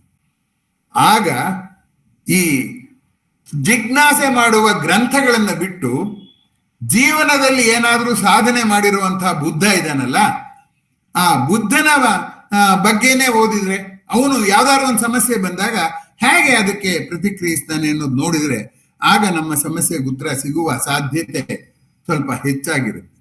ಐನ್ಸ್ಟೀನ್ ಅಂತವರು ಕೂಡ ಹೇಳ್ತಾರೆ ಏನಂದ್ರೆ, ವಿಜ್ಞಾನದ ಬಗ್ಗೆ ತಿಳ್ಕೋಬೇಕಾದ್ರೆ ವಿಜ್ಞಾನದ ಮಾಹಿತಿ ಇರುವ ಪುಸ್ತಕಗಳನ್ನು ಓದಿದರೆ ಸಾಲದು. ವಿಜ್ಞಾನಿ ಏನ್ ಮಾಡ್ತಾನೆ ಅಂತ ನೋಡಿ, ವಿಜ್ಞಾನಿ ಪ್ರಶ್ನೆಯನ್ನ ಹೇಗೆ ಎದುರಿಸ್ತಾನೆ ಅಂತ ನೋಡಿ, ವಿಜ್ಞಾನಿ ಪ್ರಶ್ನೆಗೆ ಹೇಗೆ ಉತ್ತರ ಕೊಡ್ತಾನೆ ಅನ್ನೋದು ನೋಡಿ ಅಂತ. ಆಗ ಅವರ ದಾರಿ, ಹೋಗುವ ದಾರಿಯ ಕ್ರಮ ಇದೆಯಲ್ಲ, ಅದು ನಮಗೆ ಸೂಚನೆ ಕೊಡುತ್ತೆ. ಆದ್ರೂ ಕೂಡ ಅದು ಕೈ ಮರವೆ, ನಾವು ಆ ದಾರಿಲಿ ಹೋಗ್ಲೇಬೇಕು ತಿರ್ಗಾ, ಅದೇನ್ ತಪ್ಪಲ್ಲ. ಆದ್ರೂ ಈ ಗ್ರಂಥಕ್ಕಿಂತ ಇದಕ್ಕಿಂತ ಒಬ್ಬ ಆ ದಿಶೆಯಲ್ಲಿ ಸಾಧಿಸಿದ ಒಂದು ರೋಲ್ ಮಾಡೆಲ್ ಇದೆಯಲ್ಲ, ಅಥವಾ ಒಂದು ಆದರ್ಶ ಪಾತ್ರ ಇದೆಯಲ್ಲ, ಅದು ಹೇಳಿಕೊಡುವಷ್ಟು ನಮ್ಮ ಅಧ್ಯಯನ ಹೇಳ್ಕೊಡೋದಿಲ್ಲ.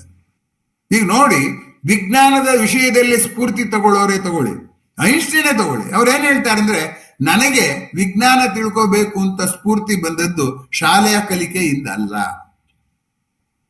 ಅವ್ರ ಚಿಕ್ಕಪ್ಪ ಒಂದು ಮ್ಯಾಗ್ನೆಟ್ ತಂದ್ಕೊಟ್ರು, ಆ ಮ್ಯಾಗ್ನೆಟ್ ನಿಂದ ಅವ್ರಿಗೆ ಅದರಲ್ಲಿ ಆಸಕ್ತಿ ಬಂತು ಅಂತ ಅನ್ನೋ ಮಾತಿದೆ.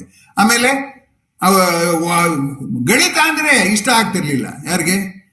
ಐನ್ಸ್ಟೈನ್ ಮಗುವಾಗಿದ್ದಾಗ ನೋಡಿ, ಅವ್ರು ಗಣಿತದಲ್ಲಿ ಥಿಯರಿಟಿಕಲ್ ಫಿಸಿಕ್ಸ್ ಅಲ್ಲಿ ಸಂಶೋಧನೆ ಮಾಡಿದ್ದು ಅವ್ರಿಗೆ ಇಷ್ಟ ಆಗ್ತಿರ್ಲಿಲ್ಲ. ಆದ್ರೆ ಅವರ ಚಿಕ್ಕಪ್ಪ ಏನ್ ಮಾಡಿದ್ರಂತೆ ಅಂದ್ರೆ, ನೋಡು, ಗಣಿತದ ಸಮಸ್ಯೆಯನ್ನ ಬಗೆಹರಿಸ್ಬೇಕಾದ್ರೆ ಎಕ್ಸ್ ಅನ್ನ ಬೆಲೆ ಕಂಡುಹಿಡಿಬೇಕು ತಾನೆ, ಎಕ್ಸ್ ಅನ್ನೋನು ಒಬ್ಬ ಕಳ್ಳ ಅಂತ ಇಟ್ಕೊ. ಅಲ್ಲಿ ಕೊಟ್ಟಿರುವ ಸಮೀಕರಣಗಳು, ವಿವರಣೆಗಳೆಲ್ಲ ಇದೆಯಲ್ಲ ಲೆಕ್ಕದಲ್ಲಿ ಕೊಟ್ಟಿರೋದು, ಅವೆಲ್ಲ ಕಳ್ಳ ಮಾಲಿನ ಚಹರೆ ಪಟ್ಟಿ ಅಂತ ಇಟ್ಕೊ. ಕಳ್ಳ ಮಾಲಿಂದು, ಕಳ್ಳಂದು ಚಹರೆ ಪಟ್ಟಿ ಅಂತ ಇಟ್ಕೊ. ನಿಂಗೆ ಪತ್ತೇದಾರಿ ಕಾದಂಬರಿ ಇಷ್ಟ ಆಗೋದಿಲ್ವಾ? ಗಣಿತವು ಒಂದು ರೀತಿಯಲ್ಲಿ ಪತ್ತೇದಾರಿ ಅಂತ ಹೇಳಿದ್ರಂತೆ. ಆಗ ಅವ್ರಿಗೆ ಗಣಿತನ ಓದ್ಬೇಕು ಅನ್ನೋ ಒತ್ತಾಸೆ ಜಾಸ್ತಿ ಆಗ್ತಾ ಹೋಯ್ತು ಅಂತ. ಆದ್ದರಿಂದ ಮಾಹಿತಿಗಳಿಂದ ನಮ್ಮ ಹಸಿವೆ ತಣಿಯೋದಿಲ್ಲ. ಮಾಹಿತಿಯ ಹಿಂದೆ ಒಂದು ಇಂಟರ್ಪ್ರಿಟೇಷನ್ ಅಂತಿರುತ್ತಲ್ಲ, ಅರ್ಥೈಸುವಿಕೆ ಅಂತಿದೆಯಲ್ಲ, ನಂಗೆ ಯಾಕೋ ಮುಂಗೋಪ ಅನ್ನೋದು ಒಂದು ಮಾಹಿತಿ. ಯಾಕೆ ಮುಂಗೋಪ ಬಂತು ಅಂತ ಹುಡುಕೋದಿದೆಯಲ್ಲ, ಹುಡುಕಾಟದಿದೆಯಲ್ಲ, ಅದು ಪ್ರಶ್ನೆ. ಹಾಗಾಗಿ ಮಾಹಿತಿಯನ್ನ ಅರ್ಥೈಸುವವರೆಗೆ ಆ ಮಾಹಿತಿ ನಮ್ಮ ತಲೆಗೆ ಹೊರೆಯೇ ಹೊರತು ಅದು ನಮ್ಗೆ ಖುಷಿ ಕೊಡುವಂಥದ್ದಲ್ವೇ ಅಲ್ಲ. ಅದಕ್ಕೆ ಏನ್ ಹೇಳ್ತಾರೆ ಅಂದ್ರೆ, no experience is complete unless it is interpreted. ಈ ಅಂಶ ಗಮನಿಸಿ, ಅರ್ಥೈಸುವವರೆಗೆ ಯಾವ ಮಾಹಿತಿಯೂ ನಮಗೆ ಖುಷಿ ಕೊಡೋದಿಲ್ಲ. ಹಾಗೆ no experience is complete unless it is shared ಅಂತ ಇನ್ನೊಂದು ಮಾತಿದೆ. ಇನ್ನೊಬ್ಬರ ಜೊತೆಲಿ ಹಂಚಿಕೊಳ್ಳದೆ ಹೋದರೆ ನಮ್ಮ ಬಳಿ ಇರುವ ಮಾಹಿತಿ ನನಗೆ ಸಂತೃಪ್ತಿ ಕೊಡೋದಿಲ್ಲ ಅಂತ. ಈಗ ಅಂದ ಮೇಲೆ ಏನಾಯ್ತು, ಮಾಹಿತಿಯಾಗ್ಲಿ, ಭಾವನೆಗಳಾಗ್ಲಿ, ಜ್ಞಾನವಾಗ್ಲಿ ಹಂಚಿಕೊಂಡೇ ಸಾರ್ಥಕತೆ ಪಡಿಬೇಕು ಅಂತ ಅನ್ನೋದು ಸ್ಪಷ್ಟ ಆಯ್ತು. ಮೇಡಮ್ ಕ್ಯೂರಿ ಅವರು ಕೂಡ ಹೇಳಿದ್ರು, diffusion of knowledge is our social responsibility ಅಂತ. ನಮಗೆ ಗೊತ್ತಿರುವ ಜ್ಞಾನವನ್ನ ಅನೇಕರ ಜೊತೆಲಿ ಹಂಚಿಕೊಳ್ಳುವುದು ಗೊತ್ತಿರೋರಿಗೆ ಇರಬೇಕಾದಂತ ಸಾಮಾಜಿಕ ಹೊಣೆಗಾರಿಕೆ ಅಂತ ಆಕೆ ಕರೆದ್ರು. ಅದರಲ್ಲಿ ಸಂತೋಷ ಇದೆ ಅನ್ನೋದನ್ನು ಆಕೆ ಕಂಡುಕೊಂಡಿದ್ರು. ಆಕೆ ನೊಬೆಲ್ ಪುರಸ್ಕಾರ ಬಂದ ಮೇಲೂ ವಿದ್ಯಾರ್ಥಿಗಳಿಗೆ ಹೇಳುವಾಗ ಅನಕ್ಷರಸ್ಥರಿಗೆ ಹೇಳುವ ಭಾಷೆಯಲ್ಲಿ ಹೇಳೋರು. ಯಾಕೆಂದ್ರೆ ಹಾಗೆ ಹೇಳುವಾಗ ನನ್ನ ಪರಿಕಲ್ಪನೆಯ ಚಿತ್ರಣ ನನಗೆ ಸ್ಪಷ್ಟವಾಗುತ್ತೆ, ಅದು ಬೇರೆಯವ್ರಿಗೆ ಸ್ಪಷ್ಟ ಮಾಡೋದಿರ್ಲಿ, ನನಗೆ ಸ್ಪಷ್ಟ ಆಗುತ್ತೆ ಅನ್ನುವ ರೀತಿಯಲ್ಲಿ ಮೇಡಮ್ ಕ್ಯೂರಿ ಅವರು ಹೇಳ್ತಾ ಇದ್ರು ಅನ್ನುವಂಥದ್ದು ಜ್ಞಾಪಿಸ್ಕೋಬೇಕಾದ. ಇಷ್ಟೆಲ್ಲ ಆದ್ರೂ ನಾವು ಆಲೋಚನೆಗೆ ಹೆಚ್ಚು ಮಹತ್ವ ಕೊಡದೇ ಇರೋದಕ್ಕೆ ಇನ್ನು ಇದೂ ಒಂದು ಕಾರಣ. ಏನಪ್ಪಾ ಅಂದ್ರೆ, ಒಂದು ಪದ್ಯ ಸುಂದರವಾಗಿದ್ದನ್ನ ಇನ್ನೊಬ್ಬರ ಹತ್ರ ಸಲೀಸಾಗಿ ಹಂಚ್ಕೋಬಹುದು, ಹಂಚ್ಕೊಳಕ್ ಬೇಕಾದಷ್ಟು ಜನ ಸಿಗ್ತಾರೆ. ಒಂದು ವಿಜ್ಞಾನದ ಒಂದು ತಾರ್ಕಿಕ ಸೌಂದರ್ಯ ಇದೆಯಲ್ಲ, ಹೇಗೆ ಭಾವನೆಗೆ ಸೌಂದರ್ಯ ಇದೆಯೋ ತಾರ್ಕಿಕ ಸೌಂದರ್ಯನೂ ಇದೆ. ಈಸ್ಥೆಟಿಕ್ ಲಾಜಿಕ್ ಅಂತ, ಈಸ್ಥೆಟಿಕ್ಸ್ ಆಫ್ ಲಾಜಿಕ್, ತರ್ಕದ ಒಂದು ಸೌಂದರ್ಯ ಮೀಮಾಂಸೆನೂ ಇದೆ. ಆದ್ರೆ ತರ್ಕದ ಸೌಂದರ್ಯ ಮೀಮಾಂಸೆ ಜನರಿಗೆ ಪರಿಚಯ ಇಲ್ಲ. ತರ್ಕವನ್ನ ಅರ್ಥ ಮಾಡ್ಕೋಬೇಕಾದ್ರೆ ಭಾವನೆಯನ್ನ ಪಕ್ಕಕ್ಕಿಡೋಕೆ ಅವ್ರಿಗೆ ಬರೋಲ್ಲ. ಹೀಗಾಗಿ ಸೈನ್ಸ್ ಮೇಸ್ಟ್ರು ಪಾಪ್ಯುಲರ್ ಆಗೋಲ್ಲ, ಸಾಹಿತ್ಯದ ಅಧ್ಯಾಪಕರೇ ಪಾಪ್ಯುಲರ್ ಆಗೋದು. ಹಾಗನ್ಬಿಟ್ಟು ಅದಕ್ಕೆ ಸೈನ್ಸ್ ಓದೋದೇ ಬೇಡ ಅಂತ ಹೇಳ್ಬೇಕು ಅನ್ನೋಕ್ಕೆಲ್ಲ ನಾನು ಹೇಳಿದ್ದು. ಹಾಗೇನೆ ತತ್ವಶಾಸ್ತ್ರದವರು ಪಾಪ್ಯುಲರ್ ಆಗೋದಿಲ್ಲ. ಯಾಕೆ ಅಂದ್ರೆ ಅವರು ಆಲೋಚನೆಯ ಆಳಕ್ಕೆ ಇಳಿತಾರೆ. ಏನೋ ಫಿಲಾಸಫಿ ಶುರು ಮಾಡ್ಬಿಟ್ಟ ಅಂದ್ರೆ ನಾವು ಹೇಳಿದ್ ನಂಗೆ ಏನು ಅರ್ಥವಾಗ್ತಿಲ್ಲ ಅಂತ ಅರ್ಥ. ಫಿಲಾಸಫಿ ಶುರು ಮಾಡಲ್ಲ ಅನ್ನೋದ ಅರ್ಥ ಅಷ್ಟೇ. ಹೀಗಾಗಿ ಈ ರೀತಿಯ ಅರ್ಥೈಸುವಿಕೆಯಲ್ಲಿ ನಮಗೆ ಎಲ್ಲವೂ ಕೂಡಿಕೊಂಡರೆ ನಮ್ಗೇನೋ ಒಂದಿಷ್ಟು ತಿಳುವಳಿಕೆ ಬರುತ್ತೆ. ಯಾವುದು? ಬುದ್ಧ, ಧರ್ಮ ಮತ್ತೆ ಸಂಘ ಮೂರೂ ಸೇರಿದೆ. ಅಧ್ಯಯನ, ಸಂವಾದ ಅಥವಾ ಸಾಮೂಹಿಕ ಚರ್ಚೆ ಮತ್ತು ಒಂದು ಆದರ್ಶ ಪಾತ್ರವೊಂದರ ಉದಾಹರಣೆ, ಈ ಮೂರು ಸಿಕ್ಕಾಗ ನಮಗೆ ಜ್ಞಾನದ ಒಂದಷ್ಟು ಅಂಶ ಸಿಗುತ್ತೆ. ಇಲ್ಲದೆ ಹೋದ್ರೆ ಅಷ್ಟು ಸುಲಭವಾಗಿ ನಮಗೆ ಒಂದು ಜ್ಞಾನದ ಇದು ಅಂತ ಸಿಗೋದಿಲ್ಲ. ಈ ಝೆನ್ ಅಂತ ಒಂದು ಬೌದ್ಧ ತತ್ವಶಾಸ್ತ್ರಜ್ಞರ ಗುಂಪಿದೆ. ಅವರು ಒಂದು ತಂತ್ರ ಅನುಸರಿಸ್ತಾರೆ. ಏನಪ್ಪಾ ಅಂದ್ರೆ, ಯಾವುದನ್ನು ಹೇಳಿದ್ರು ಒಂದು ಒಗಟಾಗಿ ಹೇಳೋದು. ಒಗಟಾಗಿ ಹೇಳಿದಾಗ ಏನಾಗುತ್ತೆ, ಆ ಒಗಟನ್ನ ಬಿಡಿಸುವಾಗ ಅವ್ರು ಅರ್ಥ ಮಾಡ್ಕೋತಾ ಹೋಗ್ತಾರೆ ಅಂತ. ಆ ಝೆನ್ನಲ್ಲಿ ಏನ್ ಹೇಳ್ತಾರೆ ಅಂದ್ರೆ, teachings of Buddha are not teachings of Buddha ಅಂತಾರೆ. ಅಂದ್ರೆ ಬುದ್ಧನ ಬೋಧನೆಗಳು ಬುದ್ಧನ ಬೋಧನೆಗಳಲ್ಲ ಅಂತ. ಅಂದ್ರೆ ಬುದ್ಧನ ಬೋಧನೆಗಳು ಹಾಗಾದ್ರೆ ಏನದು? ಬುದ್ಧನ ಬೋಧನೆಗಳು ಕೇವಲ ಶಬ್ದಗಳು. ಆ ಶಬ್ದವನ್ನ ನಾನು ಮರುಸೃಷ್ಟಿ ಮಾಡ್ಕೋಬೇಕಲ್ಲ ನನ್ನ ಮನಸ್ಸಿನಲ್ಲಿ, ಆ ಕೆಲಸ ಬಾಕಿ ಇದೆ. ಮರುಸೃಷ್ಟಿ ಮಾಡ್ಕೊಂಡಾಗ ಅದು ಬೋಧನೆ ಆಗುತ್ತೆ. ನಾನು ಅನುಸರಿಸಿ ನೋಡಿದಾಗ ನಾನು ಬೋಧನೆ ಆಗುತ್ತೆ. ಈಗ ಆಸೆಯೇ ದುಃಖಕ್ಕೆ ಕಾರಣ ಅಂತ ಬುದ್ಧ ಹೇಳಿದ್ನಪ್ಪ. ಆಸೆ ಅಂದ್ರೆ ನಾನು ನೋಡೋ ವಸ್ತುವಿನ ಆಸೆ ಅಂತಲೇ ಅಲ್ಲ. ನಮ್ಮನೆ ಎದುರುಗಡೆ ಮನೆಯವ್ರು ನಾನು ಈ ತರ ಮಾತಾಡಿಸ್ಲಿ ಅಂತ ಅನ್ಕೋತೀನಲ್ಲ, ಅದು ಒಂದು ಆಸೆನೆ. ಹಾಗಾಗಿ ಆಸೆಯ ವ್ಯಾಪ್ತಿ ಏನು ಅನ್ನೋದು ಸ್ಪಷ್ಟವಾಗಿರೋದೇ ಇಲ್ಲ. ಹೀಗಾಗಿ ಆತ್ಮೀಯರೇ, ನಾನು ಈಗ ನಿಮ್ಮ ಮುಂದೆ ಹೇಳಕ್ ಹೊರಟಿದ್ದು ಈ ಅಂಶ. ಪ್ರಶ್ನೆಗೆ ಉತ್ತರ ಹುಡುಕುವಾಗ ತುಂಬಾ ಪ್ರಶ್ನೆಗಳನ್ನ ಹಾಕೊಳ್ಳೋದ್ರೆ ನಮ್ಮ ಜೀವಮಾನ ಎಲ್ಲ ಗೋಜಲಾಗುತ್ತೆ. ಕೆಲವು ಪ್ರಶ್ನೆಗಳನ್ನಾರು ಆಳಕ್ಕಿಳಿಯುವಂತ ಸ್ವಭಾವನ ನಾವು ಬೆಳೆಸ್ಕೋಬೇಕು. ಎರಡನೇದ ಝೆನ್ ಅವ್ರು ಇನ್ನೊಂದು ಹೇಳ್ತಾರೆ, ಬುದ್ಧ ನಿಮ್ಗೆ ಏನಾದ್ರು ಕಂಡ್ರೆ ಅವನನ್ನ ತಕ್ಷಣ ಕೊಂದು ತಿಂದು ಬಿಡಿ. ಇದೆಂತ ವಿಚಿತ್ರ, ಮೇಲ್ನೋಟಕ್ಕೆ ಹೇಗೆ ಕಾಣುತ್ತೆ ಹೇಳಿದು. ಬುದ್ಧ ಏನಾದ್ರು ಕಂಡ್ರೆ ಕೊಂದು ತಿಂದು ಬಿಡಿ ಅಂದ್ರೆ, ನನ್ನ ಗುರು ಯಾರು ಕಂಡ್ರೆ ಅವ್ನು ಕೊಂದು ತಿಂದ್ಬಿಡಕ್ಕಾಗತ್ತೆ?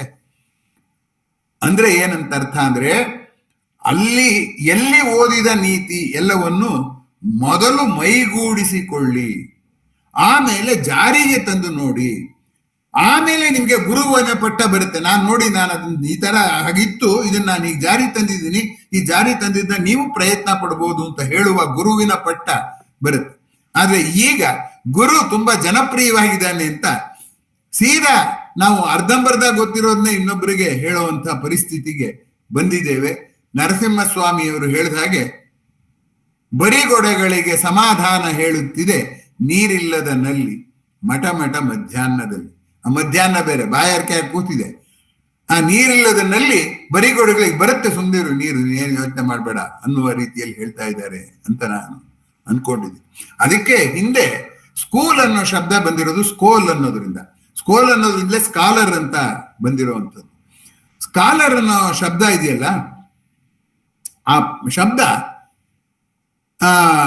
ಏನ್ ಹೇಳುತ್ತೆ ಅಂದ್ರೆ, ತನ್ನ ಪ್ರಶ್ನೆಗಳ ಉತ್ತರದ ಹುಡುಕಾಟಕ್ಕೆ ತನ್ನ ಬದುಕನ್ನೇ ಯಾರು ಸಮರ್ಪಿಸಿಕೊಂಡಿದ್ದಾನೋ ಅವನು ಸ್ಕಾಲರ್ ಅಂತ. ಈಗ ನಮ್ದು ಹಾಗಲ್ಲ, ಒಂದು ವಿದ್ಯಾರ್ಹತೆ ಇದ್ರೆ ಸಾಕು ನಮ್ಮನ್ನ ಸ್ಕಾಲರ್ ಅಂತ ಕರೀತಾರೆ, ಬುದ್ಧಿಜೀವಿಗಳು ಅಂತ ಕರೀತಾರೆ. ಅದಕ್ಕೆ ಎಸ್ ಕೆ ರಾಮಚಂದ್ರ ರಾಯರ್ ತಮಾಷೆ ಮಾಡೋರು, ಬುದ್ಧಿಜೀವಿಗಳು ಅಂದ್ರೆ ಯಾರು ಅಂದ್ರೆ ತಮಗೆ ಪ್ರಮೋಷನ್ ಕೊಡೋರು ಅಥವಾ ಮುನ್ಬಡ್ತಿ ಕೊಡೋರ್ನ ಬುದ್ಧಿ ಬುದ್ಧಿ ಅಂತ ಕರೆಯೋರೆ ಬುದ್ಧಿಜೀವಿಗಳು ಅಂತ. ಜಿ ಎಸ್ ಶಿವರುದ್ರಪ್ಪನವರು ಅದೇ ತರ ಒಂದು ವ್ಯಂಗ್ಯವಾದ ಮಾತು ಹೇಳಿದ್ರು. ಏನಂದ್ರೆ, ಸರಸ್ವತಿ ದೇಗುಲದ ಚಾಮರಗಳು ಮಂತ್ರಿಗಳ ಮನೆಯಲ್ಲಿ ಕಸಬರಿಕೆಯಾಗಿದ್ದುದ ಕಂಡೆ ಅಂತ. ಈ ಎಲ್ಲ ಅಂಶಗಳನ್ನ ನೋಡಿದ್ರೆ ನಮ್ಗೆ ಏನಾಗ್ತಾ ಇದೆ ಅಂದ್ರೆ, ನಾವು ತುಂಬಾ ವಿಷಯಗಳು ಕಲ್ತ್ಕೊಳ್ಳೋಕೆ ಹೋಗಿ ಏನೂ ಕಲ್ತ್ಕೋತಾ ಇಲ್ಲ, ಒಂದು ವಿಷಯನೇ ಆಳಕ್ಕೆ ಇಳಿಯಕ್ಕೆ ಪ್ರಯತ್ನ ಮಾಡ್ಬೇಕಾಗತ್ತೆ ಅಂತ ಕಾಣುತ್ತೆ. ಆಮೇಲೆ ಈ ಪ್ರಶ್ನೆ, ನಾನು ಒಂದು ವಿಷಯ ಹಾಕಿದ್ದೆ, ಏನಂದ್ರೆ ಪ್ರಶ್ನೆ ರೋಚಕವೋ ರೇಚಕವೋ ರೋಷಕವೋ ಅಂತ. ಮೂರು ಆಗ್ಬೋದು, ಅದು ಮೂರು ಉತ್ತರ ಅಂತಲೂ ಅದರಲ್ಲೇ ಹಾಕಿದ್ದೆ. ಯಾವಾಗ ರೋಚಕ ಆಗತ್ತೆ ಅಂದ್ರೆ, ನನ್ನ ಅನುಮಾನಗಳನ್ನೆಲ್ಲ ಇನ್ನೊಬ್ರು ಹೇಳಿದ್ರೆ ಆದ್ರೆ ಅದು ರೋಚಕ ಆಗುತ್ತೆ. ಒಂದು ನನ್ನ ಪ್ರಸಂಗವನ್ನೇ ನಾನು ನಿಮ್ಗೆ ಹೇಳೋದಕ್ಕೆ ಬಯಸ್ತೀನಿ. ಒಂದು ಊರಿಗೆ ಕಾರ್ಯಕ್ರಮಕ್ಕೆ ಹೋಗಿದ್ದೆ, ಜಾವಗಲ್ ಅಂತ ಕಾಣುತ್ತೆ, ನನ್ನ ನೆನಪು ಕಡಿಮೆ. ಅಲ್ಲಿ ಒಬ್ರು ಬಂದು ಹೇಳಿದ್ರು, ಹೀಗೆ ಪರಿಚಯ ಮಾಡಿಕೊಟ್ರು, ಕೆಮಿಸ್ಟ್ರಿ ಇವರು ಲೇಖನ ಎಲ್ಲ ಬರೀತಾರೆ, ಸಾಹಿತಿಗಳು ಹೌದು, ಅಧ್ಯಾಪಕರು ಹೌದು ಅಂತ. ಅವ್ರು ಕೆಮಿಸ್ಟ್ರಿ ಅಂತಿದ್ದ ಹಾಗೆ ಹೇಳಿದ್ರು, ಇವತ್ತೊಬ್ರು ವಿಜಯವಾಣಿ ಪತ್ರಿಕೆಯಲ್ಲಿ ಪ್ರಶ್ನೆ ಬರೆದಿದ್ದಾರೆ ಸ್ವಾಮಿ, ನಾನು ಏನು ಹೈಸ್ಕೂಲ್ ಓದುವಾಗ ಅನುಮಾನಗಳಿತ್ತು ಅದನ್ನೆಲ್ಲ ಕಲ್ಪಿಸ್ಕೊಂಡು ಅವಕ್ಕೆಲ್ಲ ಉತ್ತರ ಹೇಳಿದ್ದಾರೆ, ನೀವು ಅದನ್ನ ರೂಢಿಸ್ಕೊಂಡ್ರೆ ತುಂಬಾ ಚೆನ್ನಾಗಿ ಆಗುತ್ತೆ ಅಂತ ಹೇಳಿದ್ರು. ತಕ್ಷಣ ನನ್ನ ಆತ್ಮೀಯರೆಲ್ಲ ಅವರೇ ಇವರು ಅಂತ ಹೇಳಕ್ ಹೋದ್ರು. ನಾನು ಇಲ್ಲ, ಅವ್ರೇನೇನು ಹೇಳ್ತಾರೋ ಹೇಳಿ ಅಂತ ಹೇಳಿದೆ. ಆಮೇಲೆ ಒಂದ್ 2-3 ಉದಾಹರಣೆ ಅವರು ವಿದ್ಯಾರ್ಥಿ ಆಗಿದ್ದಾಗ ಕಂಡ್ಕೊಂಡಿದ್ದು ಅದಕ್ಕೆ ಹೇಳಿದ್ರು. ಆಮೇಲೆ ಕೊನೆಗೆ ನಾನು ಕೇಳಿದೆ ಅವ್ರನ್ನ, ಅವರು ಯಾರು ಅಂತ ಏನಾದ್ರು ಓದಿದ್ರ ಕೆಳಗಡೆ ಅಂತ. ಸರ್ ಲೇಖನ ಎಷ್ಟು ಚೆನ್ನಾಗಿತ್ತು ಅಂದ್ರೆ ಯಾರು ಓದ್ಲೇ ಇಲ್ಲ ಸರ್. ಚಿತ್ರ ನೋಡಿದ್ರ ಅಂತ, ನೋಡಿದ್ರೆ ಜ್ಞಾಪಕ ಇಲ್ಲ ಅಂತಂದ್ರು. ಆಗ ಹೇಳಿದೆ, ನೀವು ಅವ್ರ ಕೈಲೇ ಮಾತಾಡ್ತಾ ಇರೋದು ಅಂತ. ಆಗ ಅವರು ಕಾಲಿಗೆ ಬಿದ್ಬಿಟ್ಟು, ಐ ಆಮ್ ಸಾರಿ ಸರ್, ನಿಮ್ಮನ್ನ ಆ ಹೆಸರನ್ನಾರು ಕೇಳ್ಕೊಂಡಿದ್ರು ನೀವು ಗೊತ್ತಾಗ್ತಿದ್ರಿ, ಚಿತ್ರನಾರು ನೋಡಿದ್ರೆ ಗೊತ್ತಾಗ್ತಿತ್ತು, ನನಗೆ ಪಶ್ಚಾತ್ತಾಪ ಆಗ್ತಿದೆ ಅಂತ, ನನಗೆ ಸಂತೋಷ ಆಗ್ತಿದೆ ಅಂತ ಹೇಳಿದ್ರು. ಯಾಕೆ ಅಂದ್ರೆ ನಾನು ಚಿತ್ರನೂ ಮುಖ್ಯ ಅಲ್ಲ, ನಾನು ಮುಖ್ಯ ಅಲ್ಲ, ಆದ್ರೆ ನೀವು ಅದನ್ನು ಓದಿ ನನ್ನ ಎಲ್ಲ ಅನುಮಾನಗಳಿಗೆ ನೀವು ಪರಿಹಾರ ಹೇಳಿದ್ರಿ ಅಂತ ಹೇಳಿದ್ರಲ್ಲ, ಅದು ನನಗೆ ತುಂಬಾ ಸಂತೋಷ ಆದ್ದು. ಯಾಕೆಂದ್ರೆ ಒಬ್ಬ ಲೇಖಕ ಒಂದು ರೀತಿಯಲ್ಲಿ ಕೇಳುವವರೆಲ್ಲರ ಅನುಮಾನಗಳನ್ನು ತನ್ನ ಮನಸ್ಸಿಗೆ ತಂದ್ಕೊಂಡು ಉತ್ತರ ಬರೆಯೋದೇನು ಹುಡುಗಾಟದ ಮಾತಲ್ಲ. ಅದನ್ನ ಮಾಡಿದಿರಿ ಅಂತ ನಿಮ್ಗೆ ಗೊತ್ತಿಲ್ಲದಾಗ ಹೇಳಿದ್ರಲ್ಲ, ನಿಮ್ಗೆ ಅಭಿನಂದನೆಗಳು ಅಂತ ಹೇಳಿದೆ. ಹೀಗಾಗಿ ಈ ರೀತಿಯ ಗುರು ಸಿಗೋದಿಲ್ಲ, ಅಷ್ಟು ಸುಲಭ ಅಲ್ಲ. ನಮ್ಗೆ ಅನೇಕ ಗುರುಗಳು ಸಿಗ್ತಾರೆ, ಅವ್ರಿಗೆ ಗೊತ್ತಿರೋದು ಹೇಳೋ ಗುರುಗಳವರು, ನಮಗೆ ಬೇಕಾದ್ದನ್ನು ಹೇಳೋ ಗುರುಗಳಲ್ಲ.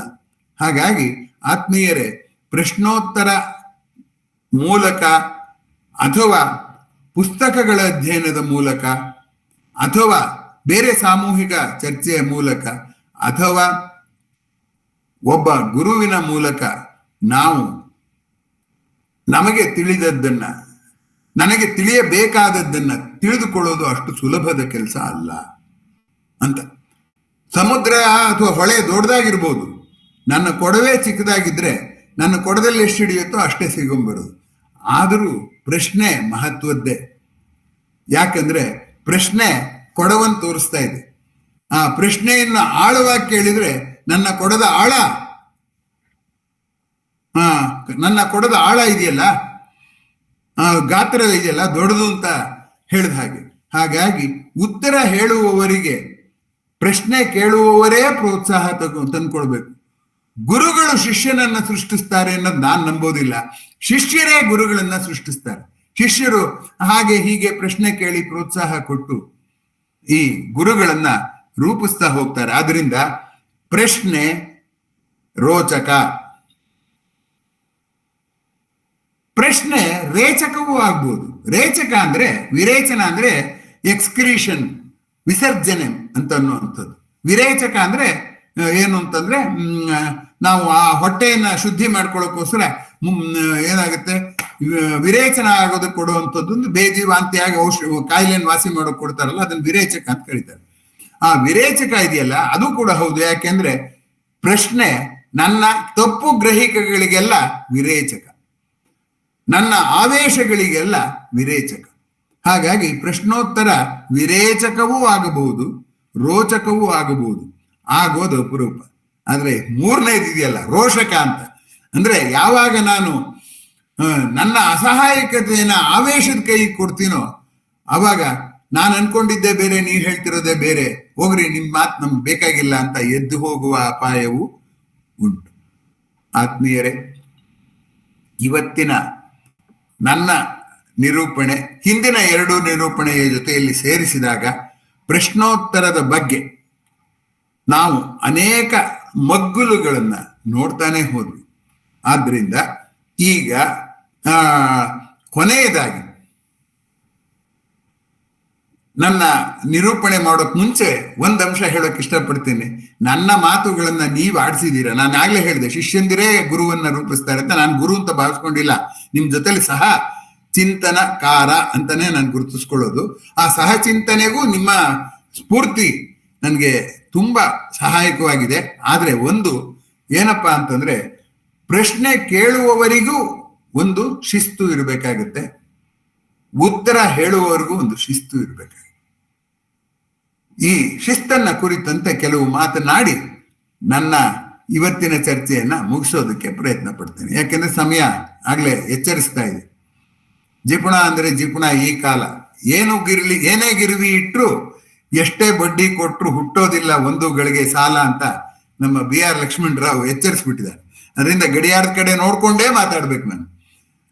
ಇರ್ಲಿ ಆತ್ಮೀಯರೇ, ಪ್ರಶ್ನೆ ಕೇಳುವವರಿಗೂ ಉತ್ತರ ಹೇಳುವವರಿಗೂ ಇಬ್ಬರಿಗೂ ಇರಬೇಕಾದಂತ ಸಾಮಾನ್ಯ ಲಕ್ಷಣ ಅಂದ್ರೆ ಯಾವುದೇ ಕಾರಣಕ್ಕೆ ಉದ್ವೇಗಕ್ಕೆ ಒಳಗಾಗದಿರುವುದು. ಯಾಕೆಂದ್ರೆ ಉದ್ವೇಗ ಅಂದ್ರೆ ಇನ್ನು ನಾವು ಆವೇಶದ ಮಟ್ಟದಲ್ಲೇ ಇದೀವಿ ಅಂತ. ಆಮೇಲೆ ಹೊಟ್ಟೆ ಹಸ್ಕೊಂಡು ಬಂದು ಯಾರ ಹತ್ರ ವಾದಕ್ಕೆ ಹೋದ್ರೆ ಜಗಳ ಆಗೇ ಆಗುತ್ತೆ. ಆದ್ರಿಂದ ನಾನು ಈಗಾಗಲೇ ಹೇಳಿದ್ನಲ್ಲ, ಸಂತೃಪ್ತಿಯಿಂದಲೇ ಪ್ರಶ್ನೆ ಬರಬೇಕು. ಎಲ್ಲ ಆಸೆಗಳು ಪೂರೈಸಿದ ಮೇಲೆ ಕಲಿಯುವ ಆಸೆ ಕೊನೆಗೆ ಬರುತ್ತೆ. ಹಾಗಾಗಿ ಅದರಿಂದ ಅತೃಪ್ತಿ ಇದ್ದಾಗ, ಹಸಿದಿದ್ದಾಗ, ಬೇರೆ ಹಸಿಗಳು ನಮ್ಮನ್ನು ಬಾಧಿಸ್ತಾ ಇದ್ದಾಗ ನಾವು ಪ್ರಶ್ನೋತ್ತರದಲ್ಲಿ ಬಂದರೂ ಕೂಡ ನಮ್ಮ ಗಳಿಕೆ ತುಂಬಾ ಕಡಿಮೆ ಆಗುತ್ತೆ. ಹೇಳೋರು ಅಷ್ಟೇ, ಇನ್ಯಾವ್ಯಾವುದೋ ಅತೃಪ್ತಿಗಳನ್ನ ಅವ್ರ ಮನಸ್ಸಿನಲ್ಲಿ ಇಟ್ಕೊಂಡು ಹೇಳಕ್ ಬಂದ್ರೆ ಅದು ಯಾವಾಗಲೂ ಆವೇಶ ಅಂತ ಕೇಳಿಸ್ಬಿಡುತ್ತೆ. ಇದು ಮೊದಲನೇ ಲಕ್ಷಣ. ಎರಡನೇ ಲಕ್ಷಣ ಅಂದ್ರೆ ಪ್ರಶ್ನೆ 2 ಸಂದರ್ಭದಲ್ಲಿ ಬರುತ್ತೆ. ಒಂದು, ಇವನ್ಗೇನ್ ಮಹಾ ಗೊತ್ತು, ನಾನು ಇವನ್ ಬುಡಕ್ಕೆ ಏಟ್ ಹಾಕ್ತೀನಿ ಅನ್ನುವ ಅನುಮಾನದಿಂದ ಬರುತ್ತೆ. ಇಲ್ದಿದ್ರೆ ಅರಿವಿನ ಆಸೆಯಿಂದ ಬರುತ್ತೆ. ಈಗ ಯಾರು ಪ್ರಶ್ನೆ ಕೇಳಿದ್ರೆ ಇವ್ರು ಯಾವ ತರ ಕೇಳಿದ್ದಾರೆ ಅಂತ ನಮ್ಗೇನು ಗೊತ್ತಿಲ್ಲ. ಆದ್ರಿಂದ ಪ್ರಶ್ನೆ ಕೇಳೋರ್ಗೆ ಒಂದ್ ಅಂಶವನ್ನ ನಾವು ಸ್ಪಷ್ಟಪಡಿಸ್ಬೇಕು. ಏನಪ್ಪಾ ಅಂದ್ರೆ, ಬೇರೆ ಬೇರೆಯ ಅಂಶಗಳನ್ನೆಲ್ಲ ಹೇಳಿ ನನ್ನ ಆಶಯ ಇರೋದು ಇನ್ನೂ ಹೆಚ್ಚಿನ ತಿಳ್ಕೊಳ್ಳಿಕೆ ಮಾಡ್ಕೋಬೇಕು ಅಂತಲೇ ಹೊರತು ನಿಮ್ಮ ಅರಿವನ್ನ ನಾನು ಕಡಿಮೆ ಅಂತ ಸಾಧಿಸುವ ಯಾವ ಉದ್ದೇಶವೂ ನಂಗಿಲ್ಲ ಅಂತ ಹೀಗೆ ಹೇಳಕ್ಕಾಗಲ್ಲ. ಅದನ್ನ ಪರೋಕ್ಷವಾಗಿ ಸೂಚಿಸುವ ರೀತಿಯಲ್ಲಿ ಪ್ರಶ್ನೆ ಕೇಳಬೇಕು ಅಂತ ಅನ್ನೋದು. ಅನುಮಾನದಿಂದ ನಾನು ಪ್ರಶ್ನೆ ಕೇಳ್ತಿಲ್ಲ, ಅರಿವನ್ನ ಹೆಚ್ಚಿಸ್ಕೊಳ್ಳೋದ್ರಿಂದ ಪ್ರಶ್ನೆ ಕೇಳ್ತೀನಿ. ನನ್ನ ಹಿಂದಿನ ಅನುಭವಕ್ಕೆ ಅನ್ವಯಿಸ್ಕೊಳ್ಳೋ ದೃಷ್ಟಿಯಿಂದ ಪ್ರಶ್ನೆ ಕೇಳ್ತೀನಿ. ನಾಳೆ ಇದನ್ನ ನಾನು ಹೇಗೆ ಜಾರಿಗೊಳಿಸ್ಬೇಕು ಅನ್ನೋ ದೃಷ್ಟಿಯಿಂದ ಪ್ರಶ್ನೆ ಕೇಳ್ತಾ ಇದ್ದೀನಿ. ನನಗೆ ನಿಮ್ಮ ವಿಷಯದಲ್ಲಿ ಮೊದಲು ಆಸಕ್ತಿ ಆಗಿದೆ, ಆ ಆಸಕ್ತಿ ಆಗಿದೆ ಅಂತ ಭರವಸೆ ಕೊಟ್ರೆ ಅರ್ಧ ಜಗಳಗಳು ಕಡಿಮೆ ಆಗ್ಬಿಡುತ್ತೆ.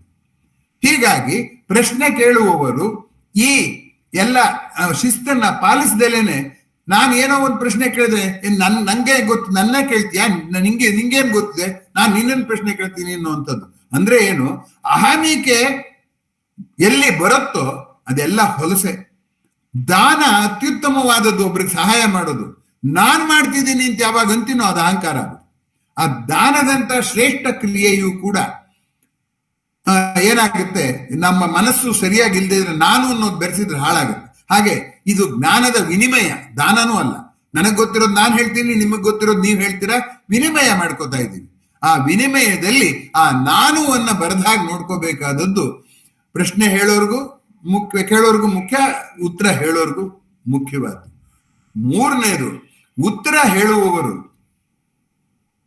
ನನಗೆ ಗೊತ್ತಿರುವ ಅನುಭವದಲ್ಲಿ ಹೇಳ್ತಿದ್ದೀನಿ ಅಂತ ಹೇಳ್ಬೇಕೆ ಹೊರತು ಎಲ್ರಿಗೂ ಆಗುವಂತಹ ಸಾರ್ವತ್ರಿಕವಾದ ಭಾಷೆಯಲ್ಲಿ ನಾವು ಮಾತಾಡೋ ಹಾಗಿಲ್ಲ. ವಿಜ್ಞಾನದಲ್ಲಿ ಕೂಡ ಇದನ್ನ ತುಂಬಾ ಚೆನ್ನಾಗಿ ಹೇಳ್ತಾರೆ, ಸಸ್ಪೆನ್ಷನ್ ಆಫ್ ಜಡ್ಜ್ಮೆಂಟ್ ಅಂತ. ತೀರ್ಪನ್ನ ಅಮಾನತಿನಲ್ಲಿಡೋದು. ಹಾಗಂದ್ರೇನು ಅಂದ್ರೆ ಈಗ ಬಾಯಿಲ್ನ ನಿಯಮ, ನನಗೆ ಗೊತ್ತಿರುವ ಪ್ರಯೋಗಗಳ ವಿವರಣೆಯಾಗಿ ಇದನ್ನ ನಾನು ಹೇಳ್ತಿದ್ದೀನಿ ಅಂತ ಹೇಳಿದ್ದಾರೆ. ಹಾಗನ್ಬಿಟ್ಟು ವಿಜ್ಞಾನಿಗಳನ್ನ ಹೊಗಳೋಕೆ ಈ ಶಿಬಿರಮಯ ಈ ಜಾಲನ್ಯಾಸ ಮಾಡ್ತೀರ ಅಂತ ಹೇಳ್ಬೇಡಿ. ಅನೇಕರು ಆ ರೀತಿಯಾಗಿ ಸೌಜನ್ಯಪೂರ್ಣವಾಗಿ ಉತ್ತರ ಹೇಳೋರು ಇದ್ದಾರೆ. ಮಂಕುತಿಮ್ಮನ ಕಗ್ಗದಲ್ಲಿ ಕೂಡ DVG ಅವರು ಸಂದೇಹವೆನಗೆ ಈ ಕೃತಿಯೊಳು ಇಲ್ಲವೆಂದಲ್ಲ, ಇಂದು ಸೋರಿದುದು ಮುಂದೆ ಸರಿಯುವುದೆಂದೂ ಅಲ್ಲ, ಕುಂದುಗಳು ಕಂಡುಕೊಳೆ ತಿದ್ದಿಕೊಳ್ಳೋ ಮನಸ್ಸುಂಟು, ಇಂದಿಗೆ ಮತ ಉಚಿತ ಮಂಕುತಿಮ್ಮ, ಇವತ್ತಿಗೆ ಈ ಅಭಿಪ್ರಾಯ ಸರಿ ಅನ್ನುವ ಸೌಜನ್ಯ ಉತ್ತರ ಹೇಳೋರ್ಗೂ ಇರ್ಬೇಕು. ಹಾಗಾಗಿ ಪ್ರಶ್ನೆ ಮತ್ತು ಉತ್ತರ, ಕಲಿಕೆ ಎಲ್ಲವೂ ಕೂಡ ಸೌಜನ್ಯದ ಮಾಧ್ಯಮದಲ್ಲಿ ಮಾತ್ರ. ಈಗ ವಿದ್ಯುತ್ಗೆ good conductor of heat, bad conductor of heat ಅಂತ ಹೇಳ್ತಾರಲ್ಲ, ಹಾಗೆ ಸಂವಹನದ ವಾಹಕ ಯಾವುದು ಅಂದ್ರೆ ಸೌಜನ್ಯ. ಸೌಜನ್ಯದ ಮಿತಿ ಯಾವತ್ತು ಮೀರುತ್ತೋ ಅವಾಗ ಕಲಿಕೆ ಮುರಿದು ಬೀಳುತ್ತೆ ಅನ್ನುವಂಥದ್ದು ಗಮನಿಸ್ಬೇಕಾದ್ದು. ಆಮೇಲೆ ಇನ್ನೊಂದಂಶ ಗಮನಿಸ್ಬೇಕಾದ್ದು, ಪ್ರಶ್ನೆಗೆ ಉತ್ತರ ಹೇಳಿರೋರು ಎಷ್ಟೇ ಚೆನ್ನಾಗಿ ಉತ್ತರ ಹೇಳಿ ಆ ಕ್ಷಣಕ್ಕೆ ಆ ಉತ್ತರ ಅವ್ರಿಗೆ ತಲುಪಿಬಿಡುತ್ತೆ ಅಂತ ಅಲ್ಲ. ಹೇಗೆ ಮಾತಿನಲ್ಲಿ ಉಂಟಾದ ಸಂವಹನೆ ಮೌನದಲ್ಲಿ ಮಥನ ಮಾಡಿದಾಗ ಮಾತ್ರ ಏನಾಗುತ್ತೆ, ಅದು ತನ್ನ ಪೂರ್ಣ ಸ್ವರೂಪವನ್ನ ತೆರೆಕೊಳ್ತಾ ಹೋಗುತ್ತೆ ಅಂತ. ಇದು ಹೇಗಪ್ಪ ಅನ್ನೋದನ್ನ ಒಂದು ಉದಾಹರಣೆ ಮೂಲಕ ಹೇಳ್ತೀನಿ. ಎಲ್ಲವನ್ನೂ ಪ್ರಶ್ನೆ ಮಾಡಿ ಸಂತೋಷ ಪಡಬೇಕು ಅಂತೂ ಇಲ್ಲ. ಈಗ ಹಸು ಹಾಲು ಕೊಡುತ್ತಪ್ಪ, ನಾನು ಹಾಲನ್ನೇ ಕುಡಿದ್ಬಿಟ್ರೆ ಅದನ್ನ ಹೆಪ್ಪಾಕೋದು ಕಡಿಯೋದು ಯಾವುದು ಬೇಕಾಗೇ ಇಲ್ಲ. ಹಾಗೆ ಪ್ರಕೃತಿಯಲ್ಲಿ ಕೆಲವನ್ನ ಪ್ರಶ್ನೆ ಮಾಡ್ದಲೇನೆ ಹಾಗೆ ಆನಂದ ಪಡ್ಬೋದು, ಅಥವಾ ಯಾವ ಪ್ರಶ್ನೆಗೆ ಉತ್ತರ ಗೊತ್ತಿಲ್ವೋ ಅದನ್ನ ಆಶ್ಚರ್ಯ ಪಡ್ತೀವಿ, ಆ ಆಶ್ಚರ್ಯವನ್ನೇ ಆನಂದ ಪಡ್ಬೋದು. ಅದಕ್ಕೆ ಪ್ರಶ್ನೆ ಹಂಗೇ ಇಲ್ಲ. ಅದು ಒಂದು ರೀತಿ. ಹಾಲು ಕುಡಿಯೋದ್ರ ಜೊತೆಗೆ ಅದನ್ನ ಹೆಪ್ಪು ಹಾಕಿದ್ರೆ ಏನಾಗುತ್ತೆ, ಮೊಸರಾಗುತ್ತೆ. ಆ ಮೊಸರನ್ನು ಆನಂದ ಪಡ್ಬೋದು. ಆದ್ರೆ ಮೊಸರು ಆರೋಗ್ಯಕ್ಕೆ ಅಪಾಯಕಾರಿ. ಅದನ್ನ ಮಜ್ಜಿಗೆ ಮಾಡಿದ್ರೆ ಏನಾಗುತ್ತೆ ಅಂದ್ರೆ ನೀರನ್ನ ಜಾಸ್ತಿ ಬೆರೆಸೋದ್ರಿಂದ ನಮ್ಮ ದೇಹ ಹೊರ ಹಾಕೋದಕ್ಕೆ ತುಂಬಾ ಅನುಕೂಲ ಆಗುತ್ತೆ. ಅದರಿಂದ ಮೊಸರಿಗಿಂತ ಮಜ್ಜಿಗೆ ಆರೋಗ್ಯಕ್ಕೆ ಒಳ್ಳೆಯದು ಅಂತ ಆರೋಗ್ಯ ಪ್ರಜ್ಞೆ ಇರೋರು ಅದನ್ನ ಮೊಸರು ಮಾಡಿ ಮಜ್ಜಿಗೆ ಮಾಡಿ ತಿಂದ ಆನಂದ ಪಡ್ಬೋದು. ಆದರೆ ಬೆಣ್ಣೆ ಬರ್ಬೇಕಾದ್ರೆ ಇದಿಷ್ಟೇ ಮಾಡಿದ್ರೆ ಸಾಲದು. ಹಾಲು ಕಾಯಿಸ್ಬೇಕು, ಹೆಪ್ಪಾಕ್ಬೇಕು, ಮೊಸರು ಮಾಡ್ಬೇಕು, ಕಡಿಬೇಕು, ಕಡ್ದಾಗ ಬೆಣ್ಣೆ ಬರುತ್ತೆ. ಅದಕ್ಕೆ ಯಾವಾಗ್ಲೂ ನಮ್ಮ ಜೀವನವನ್ನು ಕಡೆದು ಬೆಣ್ಣೆಯನ್ನ ನಾವು ಅರ್ಥ ಮಾಡ್ಕೊಂಡ್ರೆ, ಈ ಕ್ರಿಯೇಷನ್ ಅನ್ನ ಎಂಜಾಯ್ ಮಾಡೋದಲ್ಲ, ಕ್ರಿಯೇಷನ್ ಕಾರಣ ಏನಿರ್ಬೋದು ಅಂತ ಎಂಜಾಯ್ ಮಾಡೋದಾದ್ರೆ ಅದು ಬೆಣ್ಣೆ ತೆಗೆದ ಹಾಗೆ. ಆದ್ರೆ ಬೆಣ್ಣೆಯೂ ಕೊನೆಯ ಹಂತ ಅಲ್ಲ. ಆ ಬೆಣ್ಣೆಯನ್ನ ಕಾಯಿಸಿ ಬಹಳ ಕಾಲ ಇಡೋ ಹಾಗೆ ತುಪ್ಪ ಮಾಡಿದ್ರೆ ಅದು ಬಹಳ ಕಾಲ ಉಳಿಯುತ್ತೆ. ಆದ್ದರಿಂದ ಕೇಳಿದ ನೀತಿಗಳನ್ನೆಲ್ಲ, ಕೇಳಿದ ಉತ್ತರಗಳನ್ನೆಲ್ಲ ಹಾಲಿನ ಹಾಗೆ ಕುಡಿಯೋರೇ ಬಹಳ ಜನ, ಹೆಪ್ಪಾಕೋರೇ ಕಡಿಮೆ. ಹೆಪ್ಪಾಕಿದ್ರೆ ಯಾರು ಕಡಿಯೋರು ಆ ಮೊಸರೆ ಹಾಕೊಂಡು ತಿನ್ನಿ ಅಂತ ತಿನ್ನೋರು ಕೆಲವರು, ಇನ್ ಕೆಲವರು ಮಜ್ಜಿಗೆ ಮಾಡ್ಕೊಂಡು ಕುಡಿಯೋವಂಥವ್ರು. ಮಜ್ಜಿಗೆ ಮಾಡಿದ್ಮೇಲೆ ಬೆಣ್ಣೆ ಇದೆಯಲ್ಲ, ಬೆಣ್ಣೆ ಹಾಕೊಳ್ಳೋ ಅಂಥವ್ರು ಕೆಲವರು. ರೆಡಿಮೇಡ್ ಬೆಣ್ಣೆನೆ ತಗೊಂಡ್ಬಂದ್ಬಿಡ್ತೀನಿ, ತುಪ್ಪನ ತಗೊಂಡ್ಬಂದ್ಬಿಡ್ತೀನಿ, ನಂದಿನಿ ಇರುವಾಗ ನಾನು ಇದು ಯಾವುದು ಮಾಡಲ್ಲ ಅನ್ನೋವಂಥದ್ದು ಬೇರೆ. ಹಾಗಾಗಿ ಆತ್ಮೀಯರೇ, ಮಾತಿನ ಸಂವಹನವೆಲ್ಲ ತುಪ್ಪ ಆಗೋದಿಲ್ಲ, ಹಾಲು ಆಗದಲೇನೆ ಇರ್ಬೋದು. ಈ ಹಂತಗಳನ್ನೆಲ್ಲ ದಾಟುವ ಅಗತ್ಯ ಇದೆ. ಅದನ್ನೇ ಶ್ರವಣ ಮನನ ನಿಧಿಧ್ಯಾಸನ ಅಂತ ಹೇಳ್ತಾ ಇದ್ದದ್ದು. ಕಿವಿಗೆ ಕೇಳಿಸಿಕೊಂಡು ಇಂದ್ರಿಯ ಮಟ್ಟದಲ್ಲಿದ್ದದ್ದನ್ನ ಮನಸ್ಸಿನ ಮಟ್ಟದಲ್ಲಿ ಮನನ ಮಾಡಿಕೊಂಡು ಅದನ್ನ ಜಾರಿಗೊಳಿಸಿ ಅದರ ಸಾಧಕ ಬಾಧಕಗಳನ್ನೆಲ್ಲ ತಿಳ್ಕೊಂಡು ಅದನ್ನೇ ಜೀವನದ ಅನುಭವವಾಗಿ ಇನ್ನೊಬ್ಬರಿಗೆ ಹೇಳುವಂತ ಗುರುವಿನ ತನಕ್ಕೆ ಹೋಗುವಂಥದ್ದು ಇದೆಯಲ್ಲ, ಅದು ನಿಧಿಧ್ಯಾಸನದ ಅನಂತರ ಬರುವಂಥದ್ದು. ಆದ್ದರಿಂದ ಈ ಜ್ಞಾನದ ಹೆಚ್ಚಳದ ಆಟ ಇದೆಯಲ್ಲ, ಅದು ಕಣ್ಣು ಮುಚ್ಚಾಲೆ ಅಲ್ಲ. ಕಣ್ಣು ತೆರೆದ ತಕ್ಷಣ ಎಲ್ಲ ಉತ್ಕೊಂಡಿದ್ದಾರೆ ಅಂತ ಕಂಡ್ಬಿಡುತ್ತಾ, ಆಗಲೇ ಕಾಣಲ್ಲ. ಹಾಗೆ ಉತ್ತರ ಸಿಕ್ಕಿದಾಕ್ಷಣ ನಮ್ಗೆ ಎಲ್ಲ ಅರ್ಥ ಆಗಿದೆ ಅಂತಲ್ಲ. ಈ ಪ್ರಶ್ನಿಸುವಿಕೆಯ 3 ಹಂತಗಳು ಕೂಡ ಅಷ್ಟು ಸುಲಭವಾಗಿ ಜೀರ್ಣವಾಗುವಂಥದ್ದಲ್ಲ. ಆದರೂ ಪಾಪ ತಾವೆಲ್ಲ ಸಹನೆಯಿಂದ ಕೇಳಿದಿರಿ. ಮತ್ತೆ ಕೇಳಿ ಆಲೋಚನೆ ಮಾಡುವ ಪ್ರವೃತ್ತಿಯನ್ನು ಹವ್ಯಾಸ ಮಾಡಿಕೊಂಡ್ರೆ ಒಂದು ಅನುಕೂಲ ಇದೆ. ಏನಪ್ಪಾ ಅಂದ್ರೆ ಒಂಟಿಯಾಗಿ ಆನಂದವಾಗಿರ್ಬೋದು.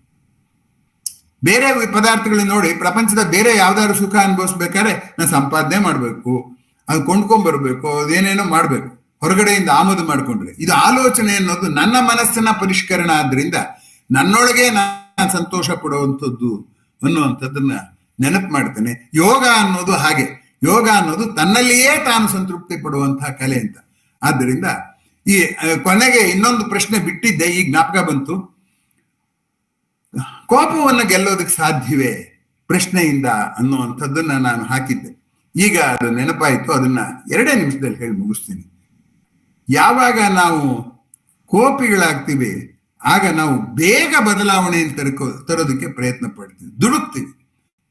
ಆದ್ರೆ ನಾವು ಅಧ್ಯಯನದ ಕಡೆ ಯಾವಾಗ ಲಕ್ಷ್ಯ ಕೊಡ್ತೀವಿ ಅದು ನಿಧಾನವಾಗಾದ್ರೂ ಕಾಯುವ ಸಹನೆ ಬರುತ್ತೆ. ಅದಕ್ಕೇನೆ ಸಾಕ್ರೆಟೀಸ್ ಹೇಳ್ತಾ ಇದ್ದದ್ದು, to understand the culprit is to excuse him ಅಂತ.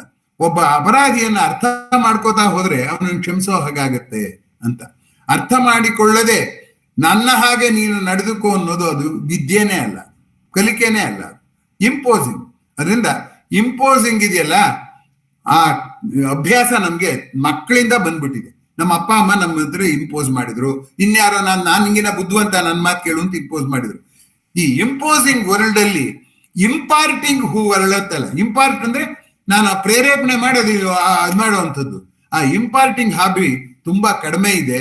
ಆದ್ರಿಂದ ನಾವು ಅದನ್ನ ಇಂಪಾರ್ಟಿಂಗ್ ನ ರೂಢಿಸ್ಕೋಬೇಕು ಅಂತ ಈ ಪ್ರಶ್ನಿಸುವಿಕೆಯ ಕೊನೆಯ ಮನವಿಯಾಗಿ ಹೇಳ್ತಾ ನನ್ನ ಮಾತುಗಳನ್ನ ಕೇಳಿದ ನಿಮ್ಮೆಲ್ಲರಿಗೆ ವಂದಿಸುತ್ತಾ, ನಿಮ್ಮ ಮಾತಿನಿಗೆ ಕಿವಿ ಕೊಟ್ಟು ಕೇಳುವ ಸಲುವಾಗಿ ಕಾಯ್ತಾ ಇದ್ದೀನಿ ಅಂತ ಹೇಳ್ತಾ, ನಿಮ್ಮ ಪ್ರತಿಕ್ರಿಯೆ ಮತ್ತು ಪ್ರಶ್ನೆಗಳಿಗೆ ಅನುವು ಮಾಡಿಕೊಡ್ತಾ ಇದ್ದೀನಿ.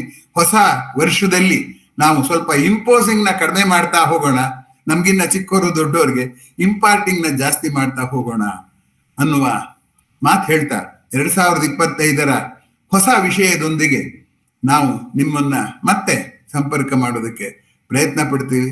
ಎಂದಿನಂತೆ ನಮ್ಮ ಸಹಕಾರ ಇರಲಿ. ಯೂಟ್ಯೂಬ್ ಅಲ್ಲಿ ಇರುವಂತಹ ಬೇರೆ ಈ ಎರಡನ್ನು ನೋಡಿ ಅಂತ ಈಗಾಗಲೇ ಹೇಳಿದ್ದೀನಿ. ಬೇರೆ ಉಪನ್ಯಾಸಗಳು ನಿಮ್ಗೆ ಯಾವಾಗಾರು ಬಿಡುವಾದಾಗ ನೋಡಿ, ನಿಮ್ಮ ಪ್ರತಿಕ್ರಿಯೆಗಳನ್ನ ಮತ್ತು ಪ್ರಶ್ನೆಯನ್ನ ಯಥಾ ಪ್ರಕಾರ ವಾಟ್ಸ್ಆಪ್ ಅಲ್ಲಿ ಅಥವಾ ಈಗ ಕೇಳುವ ಮೂಲಕ ನನಗೆ ಖುಷಿ ಕೊಡಿ ಅಂತ ನಿಮ್ಮಲ್ಲಿ ಪ್ರಾರ್ಥಿಸ್ಕೋತಾ ಇದ್ದೀನಿ.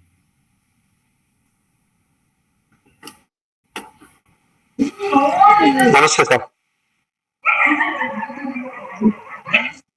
ನಮಸ್ಕಾರ, ಕೇಳಿಸ್ತಿದ್ಯಾ ಸರ್?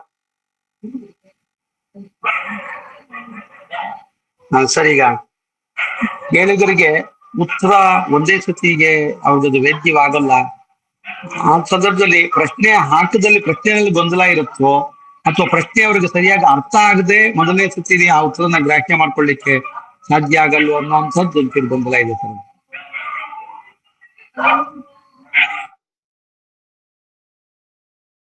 ಈಗ ಮ್ಯಾಥಮೆಟಿಕ್ಸ್ ನಲ್ಲಿ ಒಂದೇ ಸೊಲ್ಯೂಷನ್ ಇರುತ್ತೆ.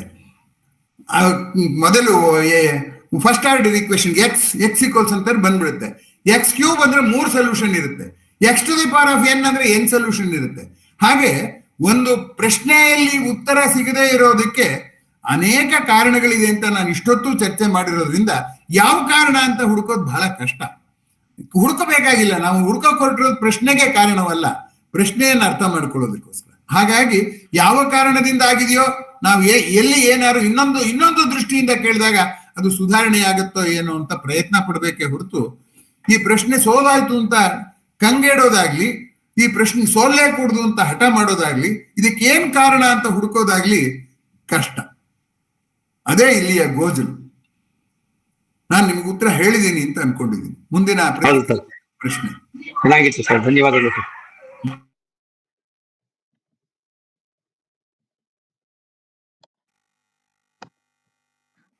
ನಮಸ್ಕಾರ ಸರ್, ತುಂಬಾ ಚೆನ್ನಾಗಿತ್ತು. ಈಗ ನನ್ನ ಪ್ರಶ್ನೆ ಏನಂತಂದ್ರೆ, ಈಗ ಈ ಪ್ರಶ್ನೆ ಕೇಳುವ ಇದು ಈಗ ಈಗಿನ ಆಧುನಿಕವಾಗಿ ಈಗ ನಾವು ಇಂಟರ್ನೆಟ್ ಅಲ್ಲಿ ಮಾಹಿತಿಯನ್ನ ಪಡ್ಕೊಳ್ಳುವಂಥದ್ದಿದೆ. ಈಗ ಏನಾಗಿತ್ತು, ಗೂಗಲ್ ಬಂದಾಗ ನಾಲೆಜ್ ಒಬೆಸಿಟಿ ಅಂತ ಆಗಿತ್ತು. ಅಂದ್ರೆ ನಾವೊಂದು ಕ್ವಶನ್ ಕೇಳಿದ್ರೆ ಅದಕ್ಕೆ ಬಹಳಷ್ಟು ಮಾಹಿತಿ ಬರ್ತಾ ಇತ್ತು, ಅದ್ರಲ್ಲಿ ಯಾವ್ದನ್ನ ಆರಿಸ್ಕೊಳ್ಳೋದು ಸಮಸ್ಯೆ ಇತ್ತು. ಬಟ್ ಈಗ AI ಬಂದಿದೆ, ಚಾಟ್ ಬೋಟ್ ಅನ್ನೋದೆಲ್ಲ ಬರ್ತಾ ಇದೆ. ಈಗ ಬಹಳಷ್ಟು ಜನ ಅಥವಾ ಈ ಕೆಲವೊಂದು ಏನೋ ಒಂದು ಗೊತ್ತಾಗ್ಲಿಲ್ಲ ಅಂದ ತಕ್ಷಣ ಯೂಟ್ಯೂಬಲ್ಲಿ ಹೋಗ್ತಾರೆ, ಅದು ಅಲ್ಲಿ ಏನೋ ಒಂದು ಪ್ರಶ್ನೆ ಕೇಳ್ತಾರೆ, ಅದಕ್ಕೆ ವಿಡಿಯೋ ಮಾಹಿತಿ ಸಿಗುತ್ತೆ. ಅಥವಾ ಈಗ ಎಐದಲ್ಲೂ ಅದಕ್ಕೆ ಪ್ರಾಂಪ್ಟ್ ಎಂಜಿನಿಯರಿಂಗ್ ಅಂತ ಬರ್ತಾ ಇದೆ ಕೋರ್ಸ್ಗಳು, ಅಂದರೆ ಪ್ರಶ್ನೆಯನ್ನು ಹೇಗೆ ಕೇಳಬೇಕು ಅಂತೇಳಿ. ಇದು ಮುಂದೆ ಹೇಗೆ ಹೋಗ್ಬೋದು, ಅಥವಾ ಈ ಒಂದು ಪರ್ಸನಲ್ ಕಮ್ಯುನಿಕೇಶನ್ ಮೇಲೆ ಇದು ಯಾವ ರೀತಿ ಪರಿಣಾಮ ಬೀರ್ಬೋದು, ಅಥವಾ ಯಾವ ದಿಕ್ಕಿನಲ್ಲಿ ಹೋಗ್ಬೋದು? ನೋಡಿ, ತಂತ್ರಜ್ಞಾನ, ವ್ಯಾಪಾರ, ಯುದ್ಧ ಎಲ್ಲಾದ್ರ ಮೇಲೆ ದಾಳಿ ಮಾಡಿದ ಹಾಗೆ ಕಲಿಕೆಯ ಮೇಲೂ ದಾಳಿ ಮಾಡ್ತಾ ಇದೆ. ಅನೇಕ ಸಕಾರಾತ್ಮಕವಾದಂತಹ ಪರಿಣಾಮಗಳು ಇದೆ, ನಕಾರಾತ್ಮಕವಾದ್ದು ಇದೆ.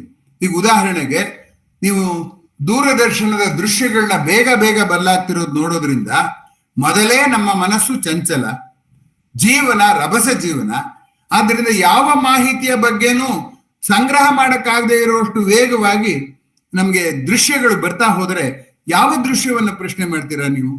ಹೀಗಾಗಿ ನಮ್ಮ ಇವತ್ತಿನ ಜೀವನ ಕ್ರಮವೇ ಒಂದು ರೀತಿಯಲ್ಲಿ ಪ್ರಶ್ನೆ, ಮಾಹಿತಿಯೇ ನಿಲಕದ, ಮಾಹಿತಿಯೇ ಅಸ್ಪಷ್ಟವಾಗುವ ಹಂತದಲ್ಲಿದೆ. ಈಗ ನಾನು ಪ್ರಶ್ನೋತ್ತರದಲ್ಲಿ ಪ್ರಸ್ತಾಪ ಮಾಡಿದ್ದು ಮಾಹಿತಿಯಿಂದ ಜ್ಞಾನಕ್ಕೆ ಹೋಗ್ಬೇಕು ಅಂತ. ನೋಡಿ, ನೀವೇ ಒಂದು ಪದ ಬಳಸಿದ್ರಿ, ನಾಲೆಡ್ಜ್, ಹೆಚ್ಚು ನಾಲೆಡ್ಜ್ಗಳನ್ನ ಸಂಗ್ರಹಿಸಬೇಕು, ಫ್ಯಾಟ್ ನಾಲೆಡ್ಜ್ ಅಂತ ಹೇಳಿದ್ರಿ. ಅದು ನಾಲೆಡ್ಜ್ ಅಲ್ಲವೇ ಅಲ್ಲ, ಅದು ಇನ್ಫಾರ್ಮೇಶನ್ ಅನ್ನ ಸಬ್ಲೈಮ್ ಮಾಡಿ ಅಥವಾ ಏನು ಉನ್ನತೀಕರಿಸಿ ಏನ್ ಮಾಡ್ಬೇಕಾಗತ್ತೆ, ನಾಲೆಡ್ಜ್ ಪಡ್ಕೋಬೇಕಾಗತ್ತೆ. ನಾಲೆಡ್ಜ್ ಅನ್ನ ಉನ್ನತೀಕರಿಸಿ ವಿಸ್ಡಮ್ ಪಡ್ಕೋಬೇಕಾಗತ್ತೆ. ಹಾಗೆ ವಿಸ್ಡಮ್ ಪಡ್ಕೋಬೇಕಾದ್ರೆ ಮಾಹಿತಿ ಜಾಸ್ತಿ ಆದ್ರೆ ಅದು ತೊಂದರೆ ವಿಸ್ಡಮ್ಗೆ. ಆದ್ರಿಂದ ಬರುವ ದಿನಗಳಲ್ಲಿ ವಿಸ್ಡಮ್ ಕಡಿಮೆ ಆಗುತ್ತೆ ಅನ್ನೋದ್ರಲ್ಲಿ ಅನುಮಾನವೇ ಇಲ್ಲ. TS ಈಲಿಯಟ್ ಅನ್ನೋರು ತಮ್ಮ ಕವನದಲ್ಲಿ ಇದನ್ನ ಬಹಳ ತುಂಬಾ ಸೂಕ್ಷ್ಮವಾಗಿ ಹೇಳಿದ್ದಾರೆ. Where is the knowledge that is lost in information? ಅಲ್ಲ, first where is life that is lost in living? ಬದುಕುವುದ್ರಲ್ಲೇ ಕಳೆದು ಹೋಗಿ ಬದುಕುವುದ್ರೆ ಏನು ಅಂತ ಪ್ರಶ್ನೆನೇ ಹಾಕೊಳ್ಳೋರಿಲ್ಲ. Where is knowledge that is lost in information? Where is information that is lost in knowledge ಅಂತ. ಆದ್ದರಿಂದ ನಮ್ಮ ಈ ಆರ್ಟಿಫಿಷಿಯಲ್ ಇಂಟೆಲಿಜೆನ್ಸ್ ಬಂದಿದ್ದನ್ನು ಮಾತ್ರ ಹೇಳಿದ್ರಿ, ನಮ್ಮ ಶಿಕ್ಷಣ ವ್ಯವಸ್ಥೆನ ನೀವು ಹೇಳಲಿಲ್ಲ. ಶಿಕ್ಷಣ ವ್ಯವಸ್ಥೆಯಲ್ಲಿ ಕೂಡ ಮನೆಯಲ್ಲಿ ಪ್ರಶ್ನಿಸುವುದಕ್ಕೆ ಪ್ರೋತ್ಸಾಹ ಇಲ್ಲ, ಹುಡುಕಾಟಕ್ಕೆ ಪ್ರೋತ್ಸಾಹ ಇಲ್ಲ. ಶಾಲೆಯಲ್ಲಿ ಪ್ರಶ್ನೆ ಸುದ್ದಿ ಇದೆ, ಅದ್ರ ಪ್ರಶ್ನೆ ಉತ್ತರ ಅಲ್ಲಿ ಹೇಳಿದ್ದನ್ನ ಬರೆಯೋ ಅಂತ ಇದೇ ಹೊರತು ಆಲೋಚನೆ ಮಾಡಿ ಮಾಹಿತಿಯನ್ನ ನಾಲೆಡ್ಜ್ ಅಥವಾ ಜ್ಞಾನವಾಗಿಸೋದಕ್ಕೆ, ಜ್ಞಾನವನ್ನ ಬುದ್ಧಿಮತ್ತತೆ ಆಗಿಸೋದಕ್ಕೆ ಸಾಧ್ಯತೆ ಕಡಿಮೆ. ಆದ್ದರಿಂದ ಇಂಟರ್ನೆಟ್ನ ಅವಲಂಬಿಸಿರೋರಿಗೆ ಬೇಕಾದಷ್ಟು ಮಾಹಿತಿ ಸಿಗುತ್ತೆ. ಆ ಮಾಹಿತಿಯಲ್ಲಿ ವಿನ್ಯಾಸ ಹುಡುಕುವ ಕಲೆಗಾರಿಕೆಯ ಜಾಣ್ಮೆ ಇದೆಯಲ್ಲ, ಅದು ಕಮ್ಮಿ ಆಗ್ತಾ ಹೋಗುತ್ತೇನೋ ಅಂತ ನನ್ನ ಆತಂಕ ಇದೆ. ಗೊತ್ತಿಲ್ಲ. ಈಗ ಇಷ್ಟೊಂದು ಕೆಲವು ಸಕಾರಾತ್ಮಕ ಅಂಶಗಳಿದೆ, ಕೆಲವು ನಕಾರಾತ್ಮಕ ಅಂಶಗಳಿದೆ. ಒಟ್ಟು ರಿಸಲ್ಟೆಂಟ್ ಫಲಿತ ಎಲ್ಲಿಗೆ ಹೋಗುತ್ತೆ ಅನ್ನೋದನ್ನ ಜ್ಯೋತಿಷಿನೂ ಹೇಳಲಾರ, ವಿಜ್ಞಾನಿನೂ ಹೇಳಲಾರ. ಫ್ಯೂಚರಾಲಜಿ ಅಂತ ಹೇಳ್ತಾರೆ. ಇದುವರೆಗೂ ನೀವು ನೋಡಿ, ವಿಜ್ಞಾನದ ಯಾವ ಸಂಶೋಧನೆ ಬಗ್ಗೆ ಬೇಕಾದ್ರೂ ನೀವು ತೌಲನಿಕವಾಗಿ ಇದರಿಂದ ಅನುಕೂಲ ಆಗಿದೆಯಾ ಇಲ್ವಾ ಅಂತ ಹೇಳೋದು ತುಂಬಾ ಕಷ್ಟ. ಈಗ ರಬ್ಬರ್ ಟೈರ್ ಮಾಡ್ದ, ಗುಡ್ಡಿಯರ್ ಏನ್ ಮಾಡ್ದ, ರಬ್ಬರ್ನ ಘನಗೊಳಿಸಿ ಟೈರ್ ಮಾಡ್ದ. ಆ ಟೈರ್ ಮಾಡಿದ್ರಿಂದ ನಮ್ಗೇನ್ ಅನ್ನಿಸ್ತದೆ, ಟೈರ್ ಇದೆ, ನಮ್ಮ ವೆಹಿಕಲ್ ಅಲ್ಲೆಲ್ಲ ಓಡಾಡ್ತಿದೀವಿ, ಅನುಕೂಲ ಆಯ್ತು ಅಂತೀವಿ. ಆದ್ರೆ ಆ ಟೈರ್ ನಲ್ಲಿ ಬ್ರೇಕ್ ಹಾಕಿದಾಗೆಲ್ಲ ಸಲ್ಫರ್ ಡೈಆಕ್ಸೈಡ್ ಹೊರಗೆ ಬರುತ್ತೆ, ಮಾಲಿನ್ಯ ಆಗುತ್ತೆ ಅನ್ನೋದು ನಮಗೆ ಗೊತ್ತೇ ಆಗಿಲ್ಲ. ಹಾಗೆ ಇಲ್ಲ, ಎಲ್ಲ ಅನುಕೂಲವಾಯ್ತು ಅಂತಿರ್ತೀವಿ, ಇಲ್ಲ ತೊಂದರೆ ಆಯ್ತು ಅಂತ ಇಟ್ಕೊಂಡಿರ್ತೀವಿ. ಆದ್ರೆ ಅನುಕೂಲ ತೊಂದರೆಗಳು ಎರಡೂ ಆಗಿರುವಾಗ ಅದನ್ನು ಪಟ್ಟಿ ಮಾಡೋದೇ ಕಷ್ಟ ಆಗುತ್ತೆ. ಹಾಗಾಗಿ ಆರ್ಟಿಫಿಷಿಯಲ್ ಇಂಟೆಲಿಜೆನ್ಸ್ ಬರೋದ್ರಿಂದ ಬುದ್ಧಿಮತ್ತತೆ ಜಾಸ್ತಿ ಆಗುತ್ತೆ ಅನ್ನೋ ಭರವಸೆ ನಂಗಿಲ್ಲ. ಅದ್ರ ಬದಲು ಮಾಹಿತಿ ಮತ್ತು ಜ್ಞಾನದ ಮಟ್ಟಕ್ಕೆ ಅದು ನಿಂತು ಹೋಗುತ್ತೇನೋ ಅಂತ ಅನ್ನುವಂಥ ಒಂದು ಅನುಮಾನ ನನಗಿದೆ. ಗೊತ್ತಿಲ್ಲ, ಅದನ್ನು ಕಾಲನೇ ಉತ್ತರಿಸಬೇಕೇ ಹೊರತು ನಾನು ಅದನ್ನು ಉತ್ತರಿಸುವಷ್ಟು ಶಕ್ತನಲ್ಲ. ಪ್ರಶ್ನೆ ಮಾತ್ರ ಸ್ವಾರಸ್ಯವಾಗಿದೆ. ಇಲ್ಲಿ ನೀವು ಒಂದು ದೃಷ್ಟಿಯಿಂದ ನೋಡ್ರಿ ಹೊರಗಡೆ ಆಗೋ ಬದಲಾವಣೆನ, ಇನ್ನೊಂದು ದೃಷ್ಟಿಯಿಂದಲೂ ನೋಡಿ ಪ್ರಶ್ನೆ ಕೇಳುವವರ ಮನದಲ್ಲಿ ಆಗುವ ಬದಲಾವಣೆಯನ್ನ. ಆ ಮನಸ್ಸಿಗೆ ಸ್ಥಿರವಾದ ಮನಸ್ಸಿಲ್ಲ, ಸಮಾಧಾನವಾಗಿ ಇನ್ನೊಂದು ಸ್ವಲ್ಪ ವಿಶ್ಲೇಷಣೆ ಮಾಡುವಂತ ಶಕ್ತಿ ಇಲ್ಲ. ನಾನು ಹುಡುಗನಾಗಿದ್ದಾಗ ನನಗೆ ಎಷ್ಟು ಮುಂಗೋಪ ಇತ್ತು, ಈಗಿನ ಹುಡುಗರಿಗೆ ನನಗಿನ್ನ ಹೆಚ್ಚು ಮುಂಗೋಪ ಇದೆ. ನನಗೆ ಪಶ್ಚಾತ್ತಾಪ ಈಗಲೂ ಇದೆ. ಹುಡುಗನಾಗಿದ್ದಾಗ ಮುಂಗೋಪ ಇರಬಾರ್ದಾಗಿತ್ತು, ನಂಗೆ ಇನ್ನೂ ಕಮ್ಮಿ ಇರಬೇಕಾಗಿತ್ತು ಅಂತ. ಈಗಿನ ಹುಡುಗರು ನೋಡಿದ್ರೆ ಅದು ಜಾಸ್ತಿ ಆಗಿದೆ. ಅದಕ್ಕೆ ನೂರಾರು ಕಾರಣ ಇದೆ, ಒಂದಲ್ಲ ಎರಡಲ್ಲ. ಬರೀ ಟಿವಿ ತಂತ್ರಜ್ಞಾನನೇ ನಾನು ಬೈಯೋದಿಲ್ಲ. ಸಾಮಾಜೀಕರಣ ಆಗೋದಿಲ್ಲ, ಭಿನ್ನಾಭಿಪ್ರಾಯಗಳ ಜೊತೆಲಿ ಬೆರೆಯೋದಿಲ್ಲ, ಒಂದೇ ಮಗುವಾಗಿ ಹಠ ಮಾಡಿ ಬೆಳೀತಾರೆ, ಇದೆಲ್ಲ ಇದೆ. ಆದ್ರೆ ನಾವು ಸಾಗುತ್ತಿರುವ ದಿಕ್ಕು, ಮಾಹಿತಿಗೆ ಕೊಡುವ ಒತ್ತು ಜಾಣ್ಮೆಗೆ ಕೊಡೋದಿಲ್ಲ, ಇಂದ್ರಿಯದ ಆಕರ್ಷಣೆಗೆ ಕೊಡುವ ಒತ್ತು ಮನಸ್ಸು ಭಾವಗಳಿಗೆ ಕೊಡೋದಿಲ್ಲ, ಭಾವಗಳಿಗೆ ಕೊಡೋ ಒತ್ತು ಜ್ಞಾನದ ಕಡೆಗೆ ಕೊಡೋದಿಲ್ಲ. ಆ ದೃಷ್ಟಿಯಿಂದ ನನ್ನ ಉತ್ತರ ನಕಾರಾತ್ಮಕವಾಗಿ ಇದ್ದರೂ ಆ ನಕಾರಾತ್ಮಕ ಉತ್ತರ ಕೆಣಕಿ ಏನಾದ್ರೂ ನಾವು ಅದನ್ನ ಆ ದಿಕ್ಕಿಗೆ ಹೋಗದಾಗ ತಡೆಯೋದಿಕ್ಕೆ ಪ್ರಯತ್ನವನ್ನು ನಾವೆಲ್ಲರೂ ಮಾಡೋಣ ಅನ್ನುವಂಥ ಸಕಾರಾತ್ಮಕವಾದ ಧೋರಣೆಯನ್ನ ಈ ವರ್ಷದ ಕೊನೆಯಲ್ಲಿ ನಾನು ಹೇಳೋದಕ್ಕೆ ಬಯಸ್ತೀನಿ. ಯಾಕೆಂದ್ರೆ ಆ ಪ್ಯಾಂಡೋರಾ ಬಾಕ್ಸ್ ತೆಗೆದಾಗ ಎಲ್ಲ ಕೀಟಗಳೆಲ್ಲ ಬಂದ್ಬಿಟ್ಟುವಂತೆ, ಕೊನೆಗೆ ಬಂದಿದ್ದು ಕೀಟ, ಅದ್ರ ಹೆಸರು ಹೋಪ್ ಅಂತ. ಹಾಗಾಗಿ ನಮ್ಮ ಎಲ್ಲ ಕಷ್ಟಗಳು ಬರುವುದೆಲ್ಲ ಬರಲಿ ಬಿಡು, ಏಕೆ ಅದರ ಚಿಂತೆ, ಆದ್ರೆ ಕೊನೆಗೊಂದು ಭರವಸೆಯನ್ನು ಉಳಿಲಿ. ಆ ದೃಷ್ಟಿಯಿಂದ ಗೊತ್ತಿಲ್ಲ, ಅದು ಅದಕ್ಕೆ ತಕ್ಕ ಹಾಗೆ ಇನ್ನೇನೋ ಹುಟ್ಕೊಳ್ಳುತ್ತೋ ಗೊತ್ತಿಲ್ಲ. ಇದು ನಿಗೂಢವಾದ ಪ್ರಶ್ನೆ, ಕಾದು ನೋಡಬೇಕಾದ ಪ್ರಶ್ನೆ, ಬೌದ್ಧಿಕವಾಗಿ ಉತ್ತರಿಸುವ ಪ್ರಶ್ನೆ ಅಲ್ಲ. ಅಂತ ಪ್ರಶ್ನೆ ಕೇಳಿದ ನಿಮಗೆ ಧನ್ಯವಾದಗಳು. ಮುಂದಿನ ಪ್ರಶ್ನೆ ಅಥವಾ ಪ್ರತಿಕ್ರಿಯೆ?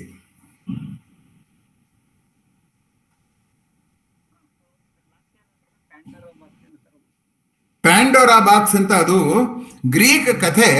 ಆ ಕಥೆಯಲ್ಲಿ ಒಂದು ಪೆಟ್ಟಿಗೆ ಕೊಟ್ಬಿಟ್ಟು ನೀನು ಯಾವುದೇ ಕಾರಣಕ್ಕೆ ಈ ಪೆಟ್ಟಿಗೆ ತೆಗಿಬೇಡ ಅಂತ ಹೇಳಿದ್ರು. ಪ್ರಶ್ನೆ ಅನ್ನೋದೇ ಒಂದು ಪ್ಯಾಂಡೋರಾಸ್ ಬಾಕ್ಸ್, ಅದಕ್ಕೆ ನಾನು ಅದನ್ನು ಕೊಟ್ಟಿದ್ದು ಉದಾಹರಣೆ. ಅವಳು ಯಾರು ಇಲ್ಲದೆ ಇದ್ದಾಗ ತೆಗೆದು ನೋಡಿದ್ಲು ಆ ಪೆಟ್ಟಿಗೆನ.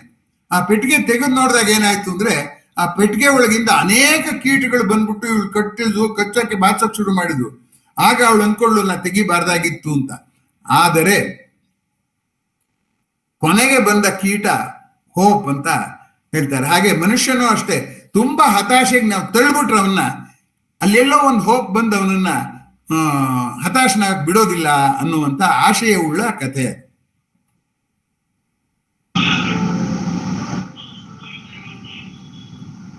ಇನ್ಯಾರದ್ದಾದ್ರೂ ಪ್ರತಿಕ್ರಿಯೆ, ಪ್ರಶ್ನೆ ಯಾವ್ದು ಬೇಕಾದ್ರೂ ಆಗ್ಬೋದು.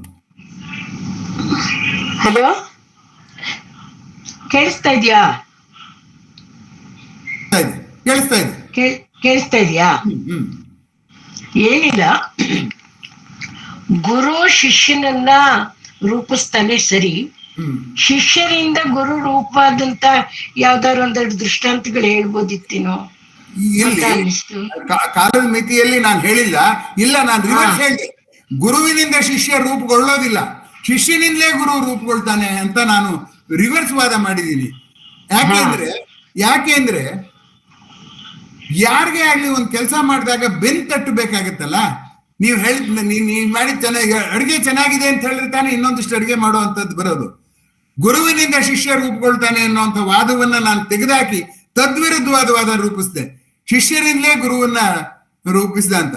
ಕುವೆಂಪು ರೂಪಿಸಿದ ರಾಮಾಯಣ ದರ್ಶನಂ ಅಂತಾರೆ ಕುವೆಂಪು. ನಾವು ಕುವೆಂಪು ಬರೆದಿರೋ ರಾಮಾಯಣ ದರ್ಶನ ಅಂದ್ರೆ ರಾಮಾಯಣ ದರ್ಶನವೇ ಕುವೆಂಪುವನ್ನ ರೂಪಿಸ್ತು ಅಂತ. ಹಾಗೆ ಇಲ್ಲಿ ಯಾರು ಬರ್ತಾರೆ ಅನ್ನೋದಕ್ಕೆ ದೃಷ್ಟಾಂತ ಕೊಡೋಕ್ಕಿಂತ ಇದು ಮಾತಿನ ಪ್ರಶ್ನೆ ಅಲ್ಲ, ಅನುಭವದ ಪ್ರಶ್ನೆ. ನಮ್ಮ ಅನುಭವದಲ್ಲಿ ಕೆಲವು ಪ್ರಶ್ನೆಗಳಿಗೆ ಉತ್ತರ ನಾವು ಹುಡುಕೋಬೇಕಾಗತ್ತೆ. ಮಾತಿನಲ್ಲಿ ಬರುವ ಉತ್ತರಗಳು ಜಿಜ್ಞಾಸೆಯಾಗಿ ನಿಲ್ಲತ್ತೆ ಹೊರತು ಜ್ಞಾನವಾಗೋದಿಲ್ಲ. ಉದಾಹರಣೆಯನ್ನ ಕೊಡೋದು ಉಪನ್ಯಾಸದ ಗುರಿ ಅಲ್ವೇ ಅಲ್ಲ. ಯಾಕೆ ಅಂತಂದ್ರೆ ಅವ್ರಿಗೆ ಅನುಭವ ಇರುತ್ತದೆ, ಅದ್ರಲ್ಲಿ ಹುಡುಕೊಳ್ಳೋ ಕೆಲಸನಾರು ಅವ್ರು ಮಾಡ್ಬೇಕು ತಾನೆ. ನನ್ನ ಅಭಿಪ್ರಾಯ ಒಪ್ಪೋದು ಬಿಡೋದು ಬೇರೆ ಮಾತು, ಆದ್ರೆ ಅದನ್ನ ಬಿಡಬೇಕಾದ್ರೂ ಒಂದಷ್ಟು ಉದಾಹರಣೆ ಹುಡುಕ್ಬೇಕಲ್ಲ. ಅದು ನಾನು ಹೇಳ್ಬೇಕು ಅಂತ ಅನ್ಕೊಂಡಿದ್ದು. ಎನಿವೆ, ಪ್ರಶ್ನೆಗೆ ಕೇಳಿದ್ದಕ್ಕೆ ಧನ್ಯವಾದಗಳು. ಮುಂದಿನ ಪ್ರತಿಕ್ರಿಯೆ ಪ್ರಶ್ನೆ.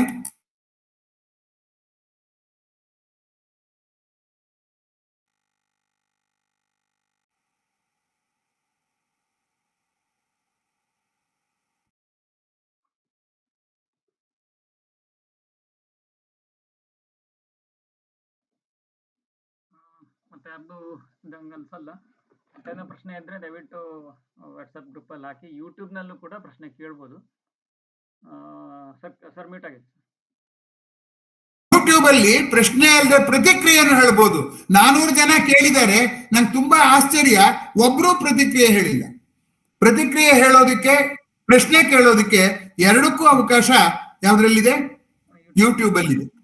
ಹಾಗೆ ವಾಟ್ಸ್ಆ್ಯಪ್ ನಲ್ಲೂ ನಾವು ಅವಕಾಶ ಮಾಡಿಕೊಟ್ಟಿದ್ದೀವಿ. ಅದನ್ನ ಪೂರ್ಣವಾಗಿ ಬಳಕೆ ಮಾಡುವಂಥದ್ದು ಆಗ್ಬೇಕಾಗಿದೆ ಅಷ್ಟೇ.